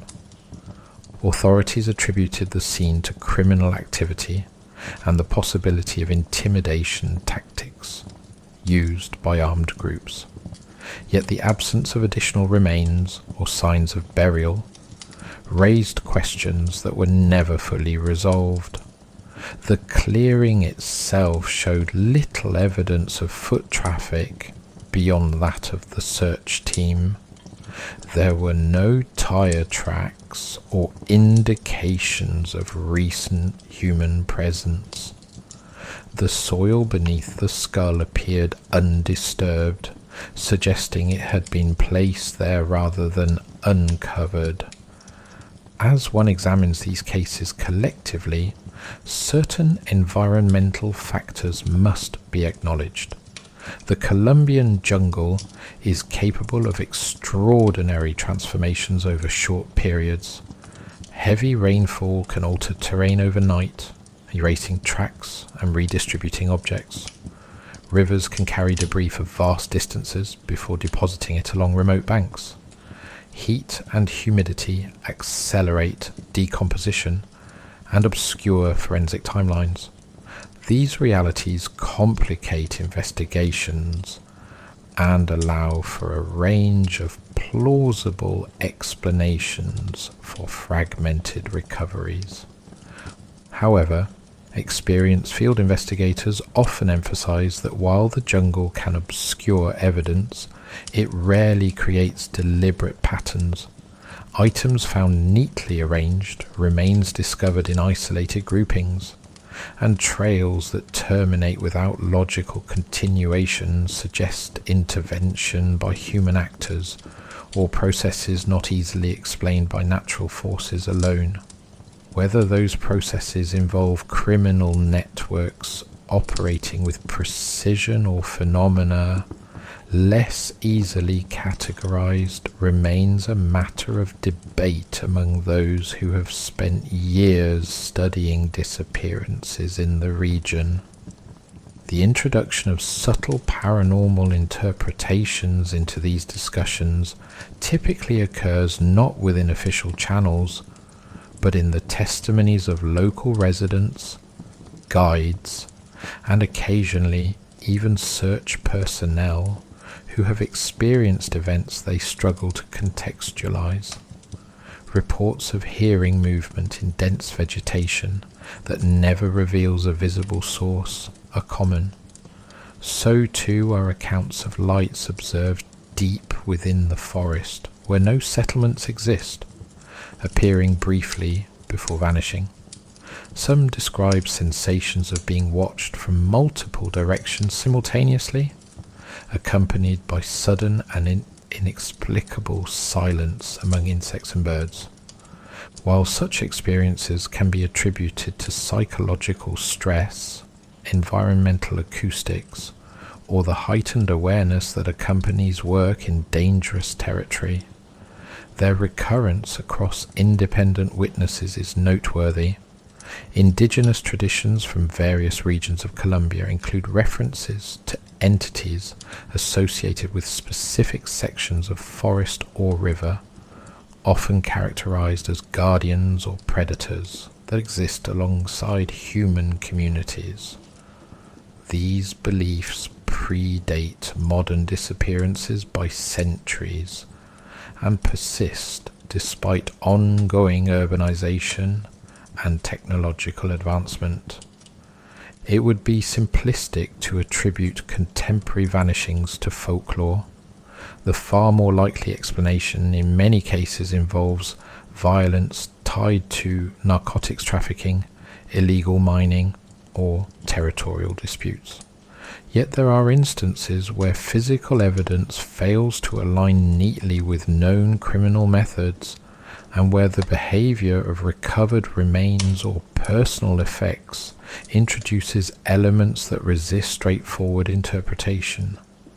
When investigators encounter scenes that appear staged yet lack clear perpetrators, or when multiple individuals disappear in proximity without signs of confrontation, the resulting ambiguity allows room for speculation that extends beyond conventional frameworks. One recurring feature across several disappearance sites is the presence of abandoned structures or former encampments located near dense vegetation corridors. These locations, often remnants of past logging operations or temporary settlements, provide shelter and concealment within otherwise open terrain. In more than one case, missing persons were last seen approaching or exploring such structures. Subsequent searches revealed interiors left undisturbed, sometimes containing recent signs of human occupation, such as extinguished fires or makeshift bedding. Yet no occupants were ever found. In certain instances, searchers reported detecting faint odors associated with decomposition within these spaces, despite the absence of visible remains. Such odors would dissipate quickly in open environments, suggesting either recent presence or something concealed beyond immediate detection. The psychological impact on search teams operating under these conditions should not be underestimated. Extended periods in dense rainforest, combined with exposure to ambiguous or unsettling evidence, can heighten sensitivity to environmental stimuli and foster a sense of unease that lingers long after operations conclude. Several former investigators have described recurring dreams involving the locations where they conducted searches, often featuring indistinct figures moving between trees or voices calling from unseen positions. While such experiences may be attributed to stress or trauma, they contribute to a broader perception that certain areas of the jungle retain an atmosphere of unresolved absence. As the number of recorded disappearances continues to grow, efforts to establish comprehensive databases linking cases across regions remain limited by jurisdictional boundaries and the logistical challenges of operating in remote terrain. Many incidents involving local residents are never formally reported, particularly in communities where mistrust of authorities persists. This underreporting obscures the true scale of the phenomenon and complicates attempts to identify consistent patterns or potential perpetrators. What remains undeniable is that within the vast and intricate landscape of Colombia's jungles, there exist corridors where individuals have vanished under circumstances that defy simple categorization. Some of these disappearances can be traced to human violence, others to environmental hazards. Yet interwoven among them are cases marked by elements that resist tidy explanation, trails that end without continuation, belongings arranged with quiet deliberation, and recoveries that suggest movement or intervention long after death. These details linger at the edges of official narratives, rarely acknowledged in public reports, but discussed in private among those who have witnessed them firsthand. The deeper one looks into these cases, the more apparent it becomes that the jungle does not merely conceal what occurs within it. It reshapes the evidence, alters timelines, and in certain instances seems almost to curate what is eventually revealed.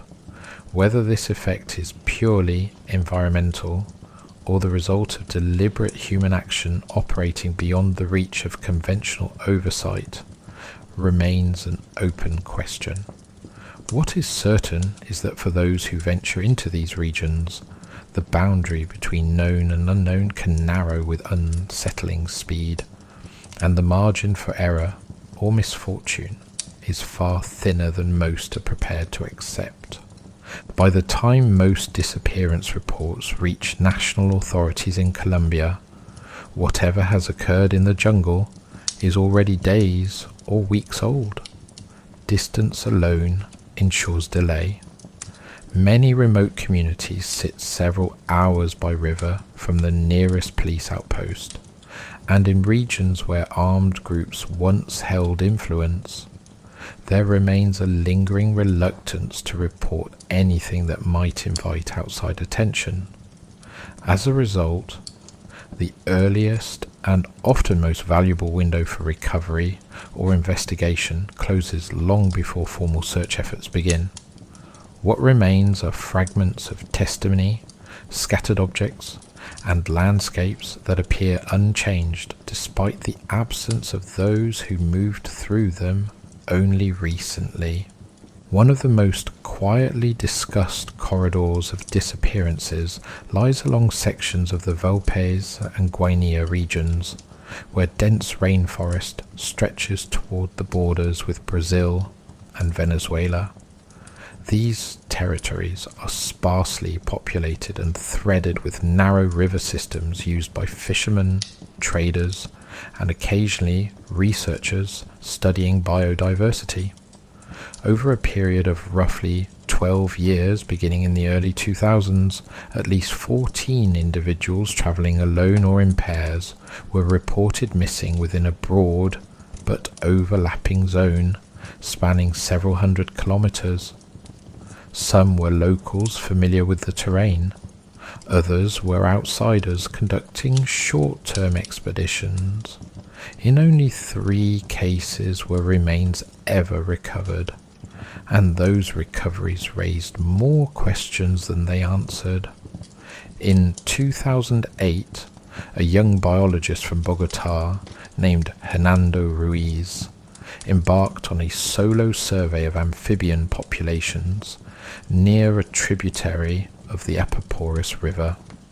He maintained regular radio contact with a colleague stationed at a research outpost several kilometres away.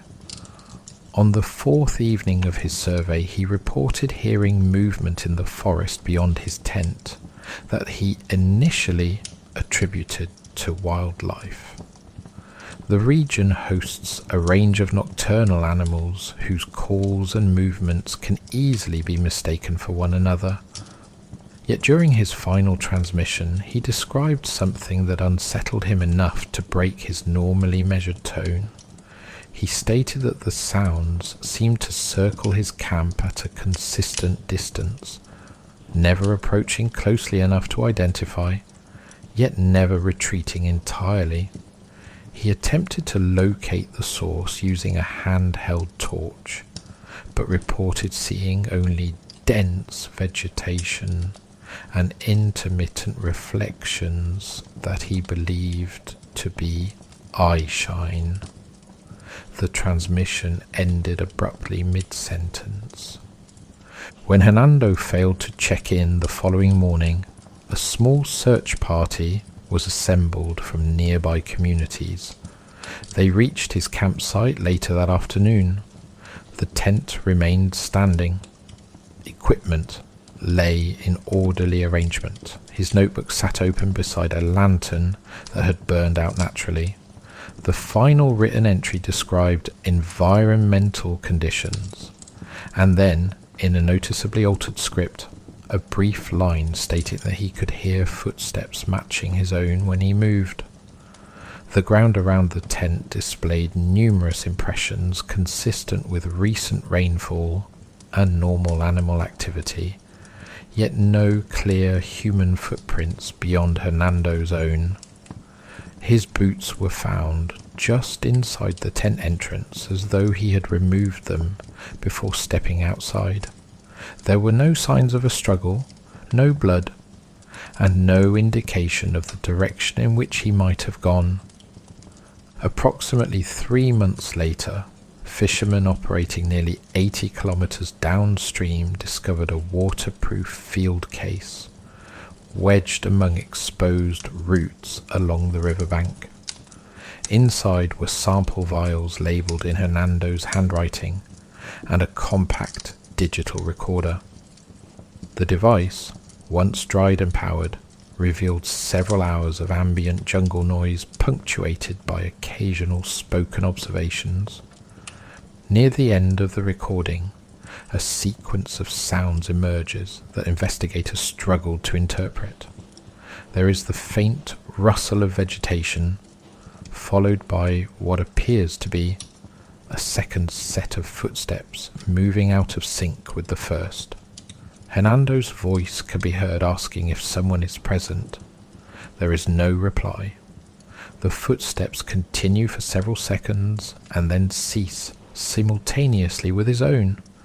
The recording ends with the sound of water moving rapidly, though there is no known river or stream within immediate proximity of the campsite. No physical remains were ever found. Around the same period, a pair of traders navigating between remote settlements along the Guinea River vanished under circumstances that prompted a limited military search due to the possibility of criminal involvement. Their vessel was later located grounded against a narrow bank, with its engines still functional. Inside were crates of supplies and personal items indicating they had not planned to abandon the boat voluntarily. Investigators noted a series of shallow impressions in the mud leading from the vessel toward a dense wall of vegetation. The impressions resembled footprints, but appeared unusually uniform in depth and spacing, as though made by individuals moving with mechanical precision rather than natural gait. After approximately 10 meters, the impression stopped abruptly at the base of a large tree whose roots formed a natural barrier. Beyond that point, the ground was undisturbed. The search expanded over several days without success. A week later, one of the traders' hats was found floating along a slow-moving stretch of river nearly 30 kilometers away. It showed no signs of damage or prolonged exposure. The interior band contained traces of perspiration consistent with recent use. No other belongings surfaced. Cases such as these generate a particular kind of unease among those tasked with investigating them. While violent crime in remote regions is not uncommon, it typically leaves discernible evidence. Spent cartridges, disturbed ground, abandoned tools, or eyewitness accounts from nearby communities. In these instances, the absence of such indicators complicates efforts to construct coherent timelines. Instead, investigators are left with scenes that appear paused rather than concluded, as though whatever occurred did not unfold in a manner consistent with known patterns of human conflict.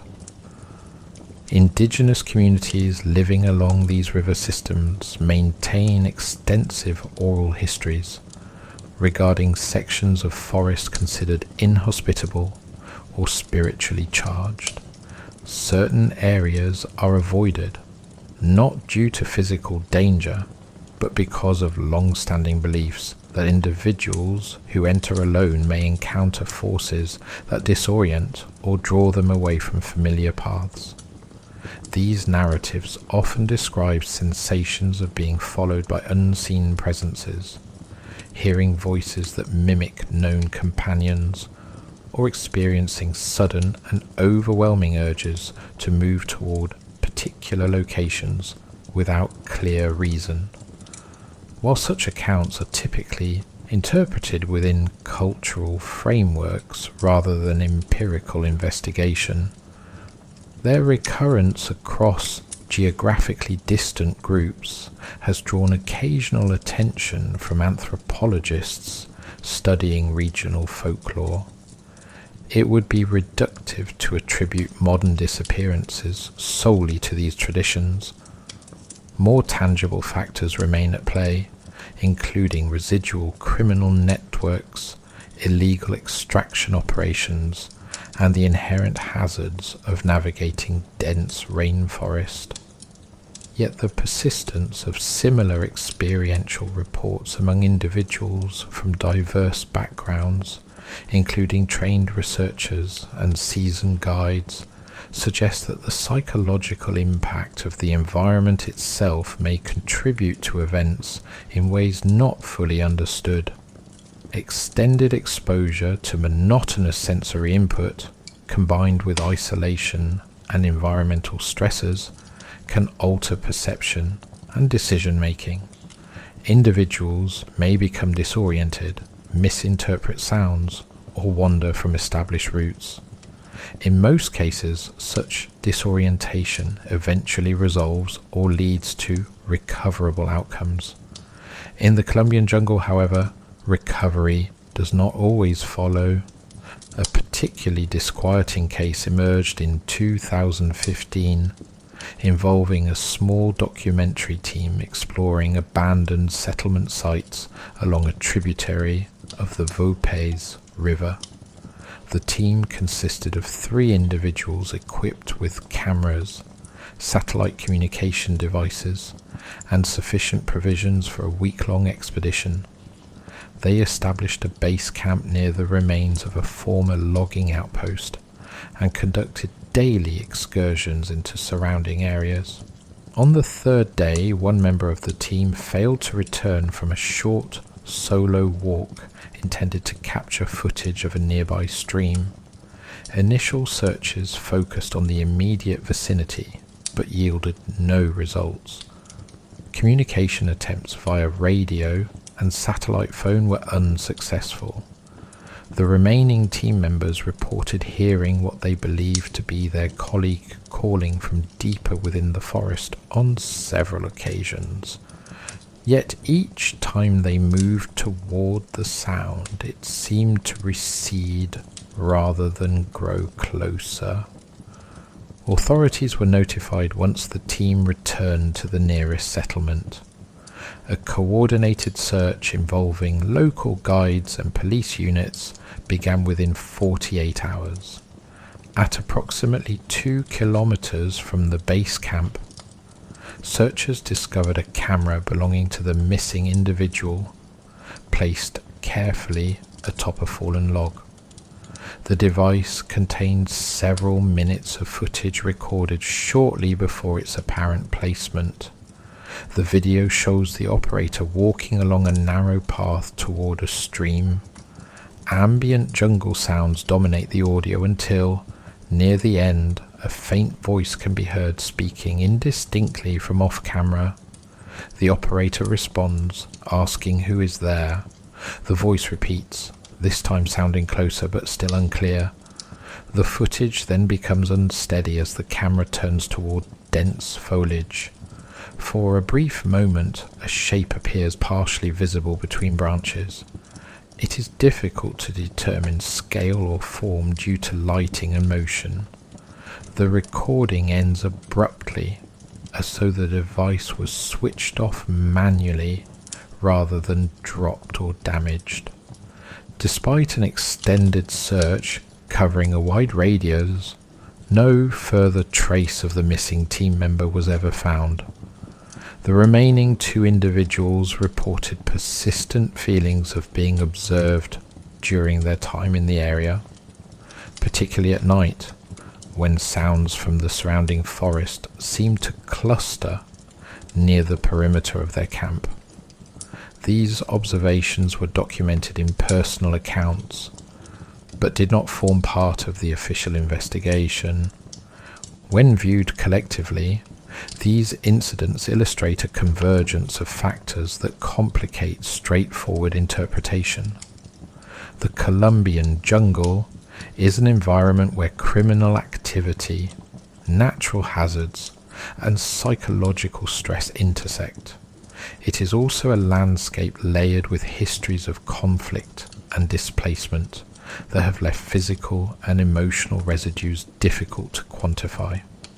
Within this context, disappearances may result from a range of causes operating simultaneously or sequentially. An individual may become disoriented, encounter hostile actors, and ultimately be absorbed into terrain that erases most physical evidence. Alternatively, events may unfold in ways that leave only partial traces, inviting speculation that extends beyond conventional frameworks. What remains consistent across many accounts is a sense that certain locations exert an influence disproportionate to their apparent physical characteristics. Areas associated with repeated vanishings often share environmental features such as dense canopy cover, proximity to water, and limited visibility beyond a few meters. They are places where sound travels unpredictably and where orientation can shift rapidly without clear reference points. Individuals entering these zones frequently report heightened awareness of their surroundings, coupled with difficulty determining the direction of movement. In such conditions, even minor misjudgments can lead to profound consequences. As investigations continue into cases spanning decades and regions, the challenge lies not only in recovering physical evidence, but also in assembling narratives that accommodate both tangible and intangible elements.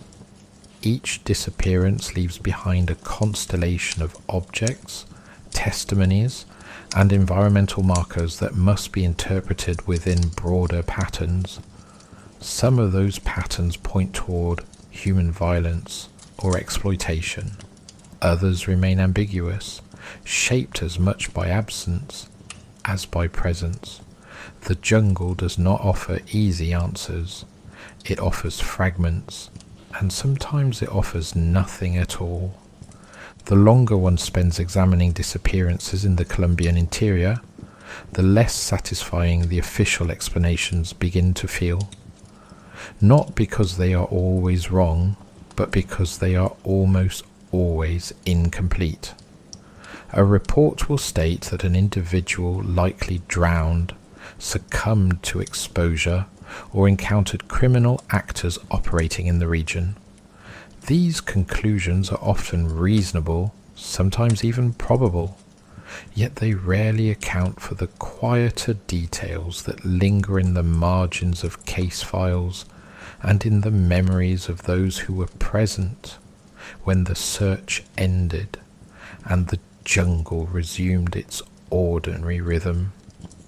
I have found myself drawn not simply to the moments when people vanish, but to the conditions that surround those moments, the hours before, the small irregularities, the sense, described repeatedly by those who survived similar journeys, that certain stretches of forest feel occupied even when they appear empty.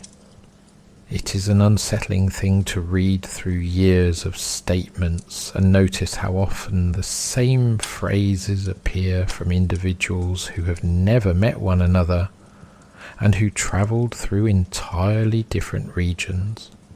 They speak of hearing movement that matches their own pace, of catching glimpses of shapes between trees that resolve into nothing when approached, of voices that seem to carry from impossible distances, sometimes calling in familiar tones, sometimes speaking in ways that defy identification altogether.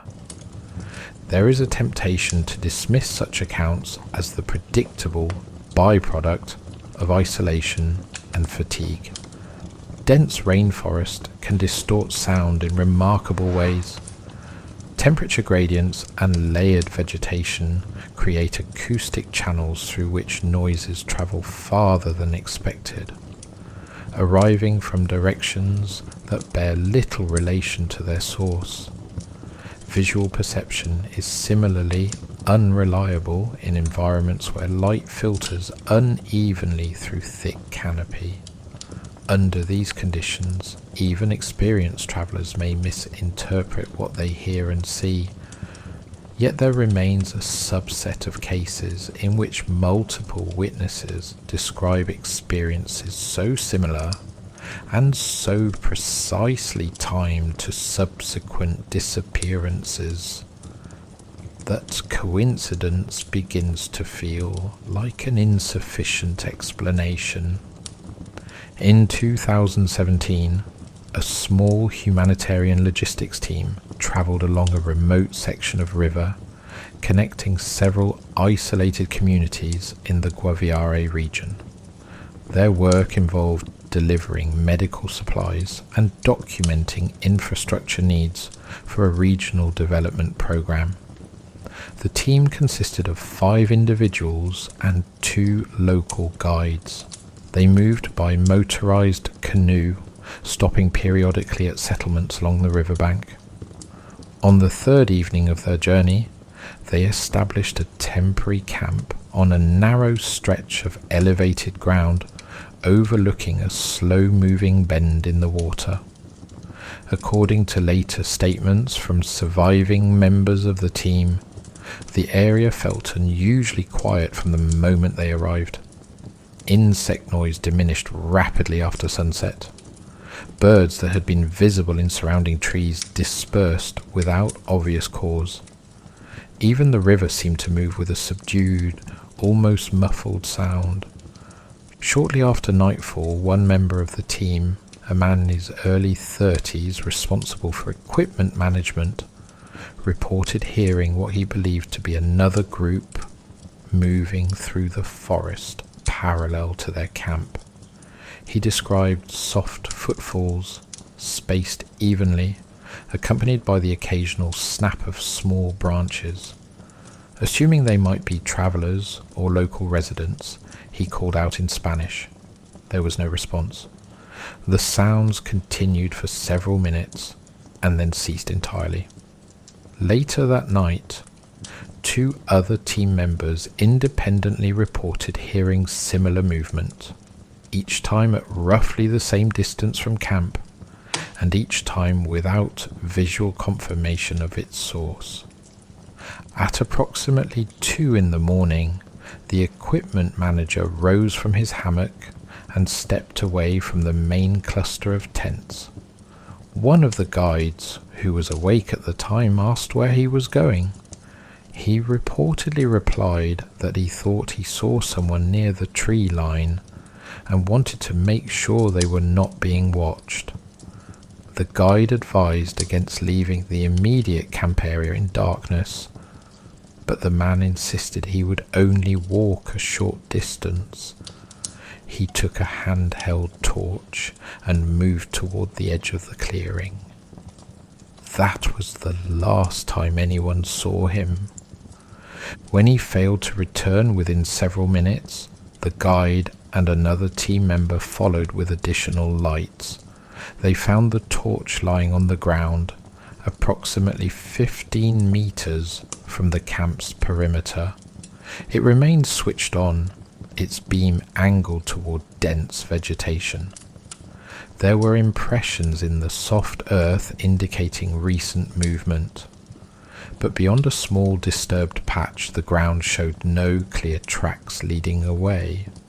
They called his name repeatedly. The only response was the distant echo of their own voices carrying across the river. A coordinated search began at first light. Local authorities were notified via satellite communication, and additional personnel arrived within 2 days. The search expanded outward along the riverbank and into surrounding forest. Personal items belonging to the missing man were discovered at irregular intervals over the following week. His watch was found resting on a fallen branch several hundred meters from camp. A boot appeared near the edge of a shallow stream. Each item showed minimal signs of environmental damage and appeared to have been placed rather than dropped. No blood or other evidence of injury was located in the vicinity. After nearly 3 weeks, the search was suspended. What remained most striking to those involved was not the disappearance itself, but the sequence of auditory experiences reported beforehand. All 4 remaining team members described hearing movement in the forest that seemed to track the perimeter of their camp without approaching closely enough to identify. Each described a sensation that whatever was producing the sound remained just beyond the reach of their lights. These details were recorded in personal journals and debriefings, but received little attention in official summaries, which focused instead on the likelihood of disorientation or possible criminal involvement. Patterns like this recur across numerous cases. Individuals vanish shortly after reporting auditory or visual anomalies at the edge of perception. Belongings appear later in locations that suggest deliberate placement rather than random loss. Search efforts encounter stretches of terrain where tracks end abruptly or where environmental conditions seem oddly undisturbed despite the presumed passage of people. Over time, these elements form a constellation of observations that resist easy categorization. Each on its own might be dismissed as coincidence or misinterpretation. Together, they create an atmosphere of unresolved tension that lingers long after investigations conclude. The final case I want to describe is one that has circulated quietly among field researchers and river pilots for several years.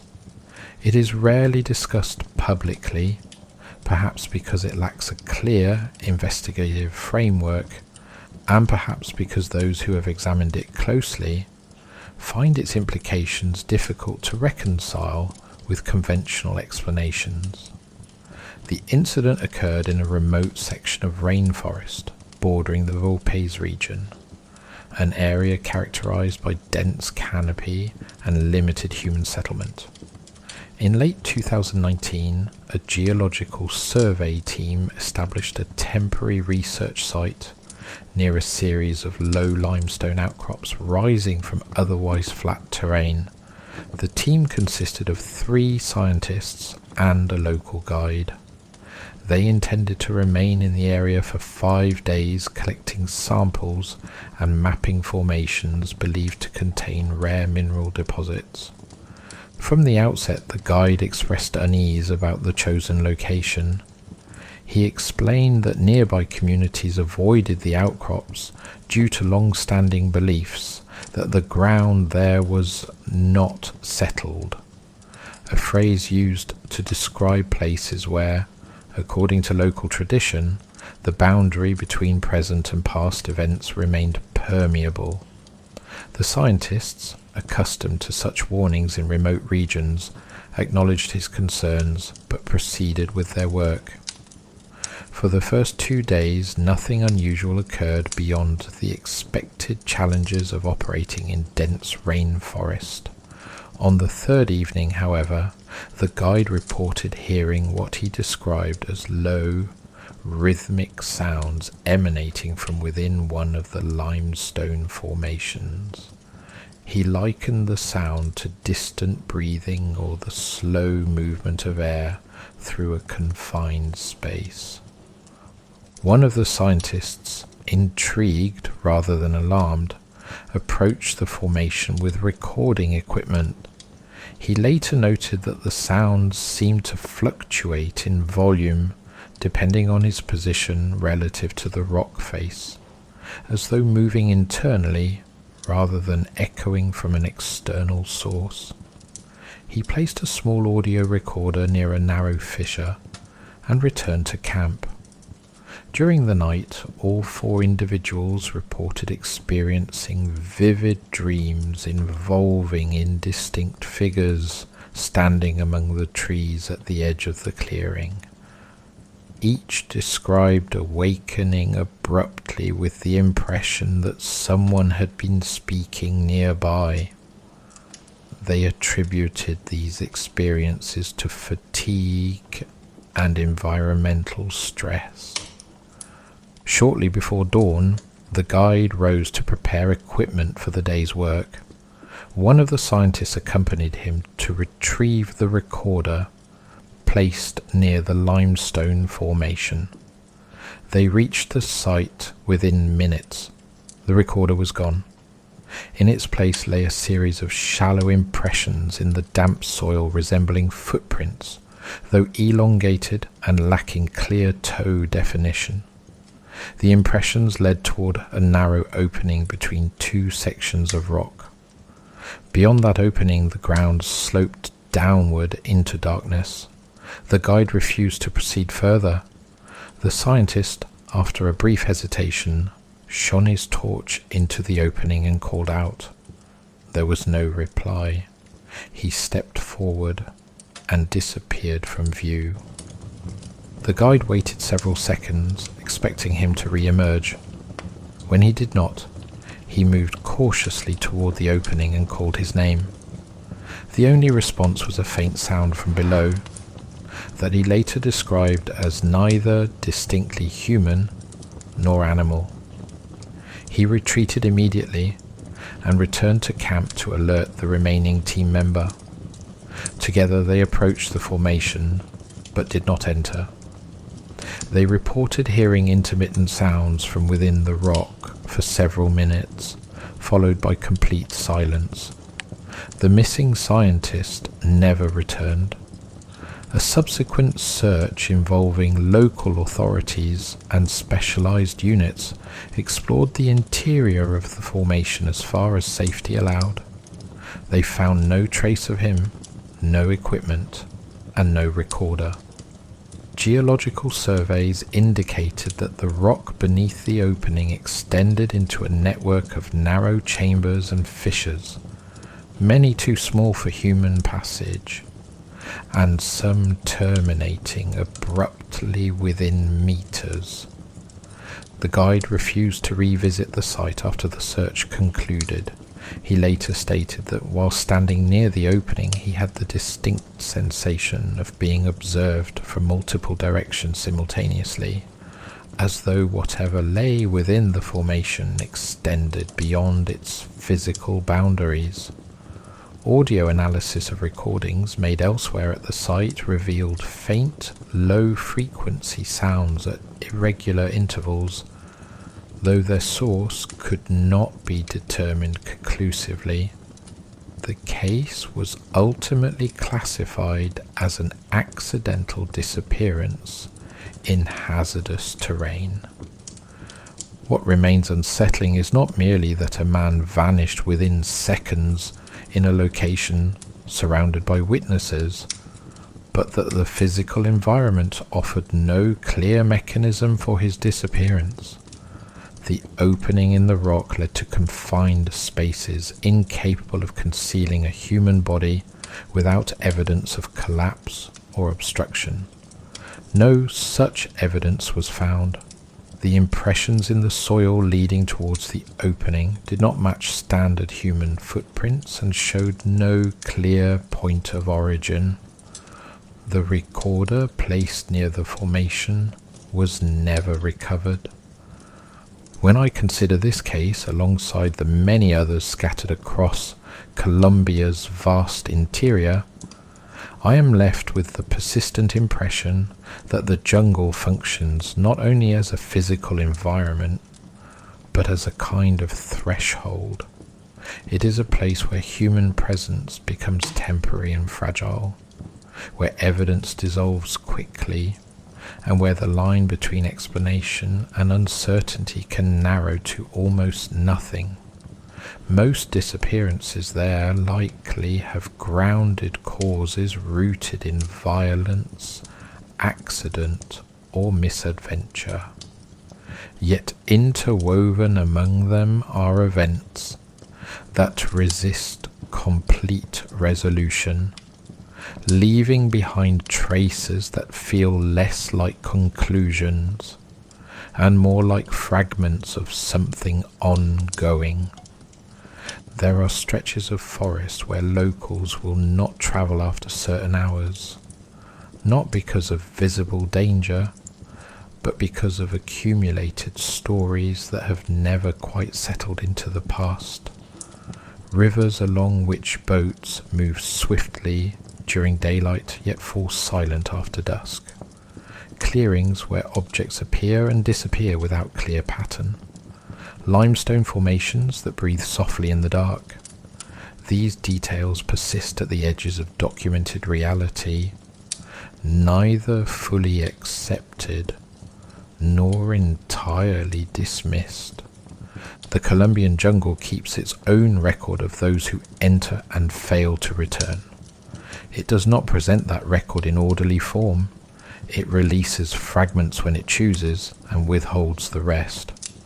And somewhere within that vast green expanse, beyond the reach of routine investigation, the unanswered questions continue to accumulate quietly, waiting for anyone patient enough or curious enough to notice the patterns they form.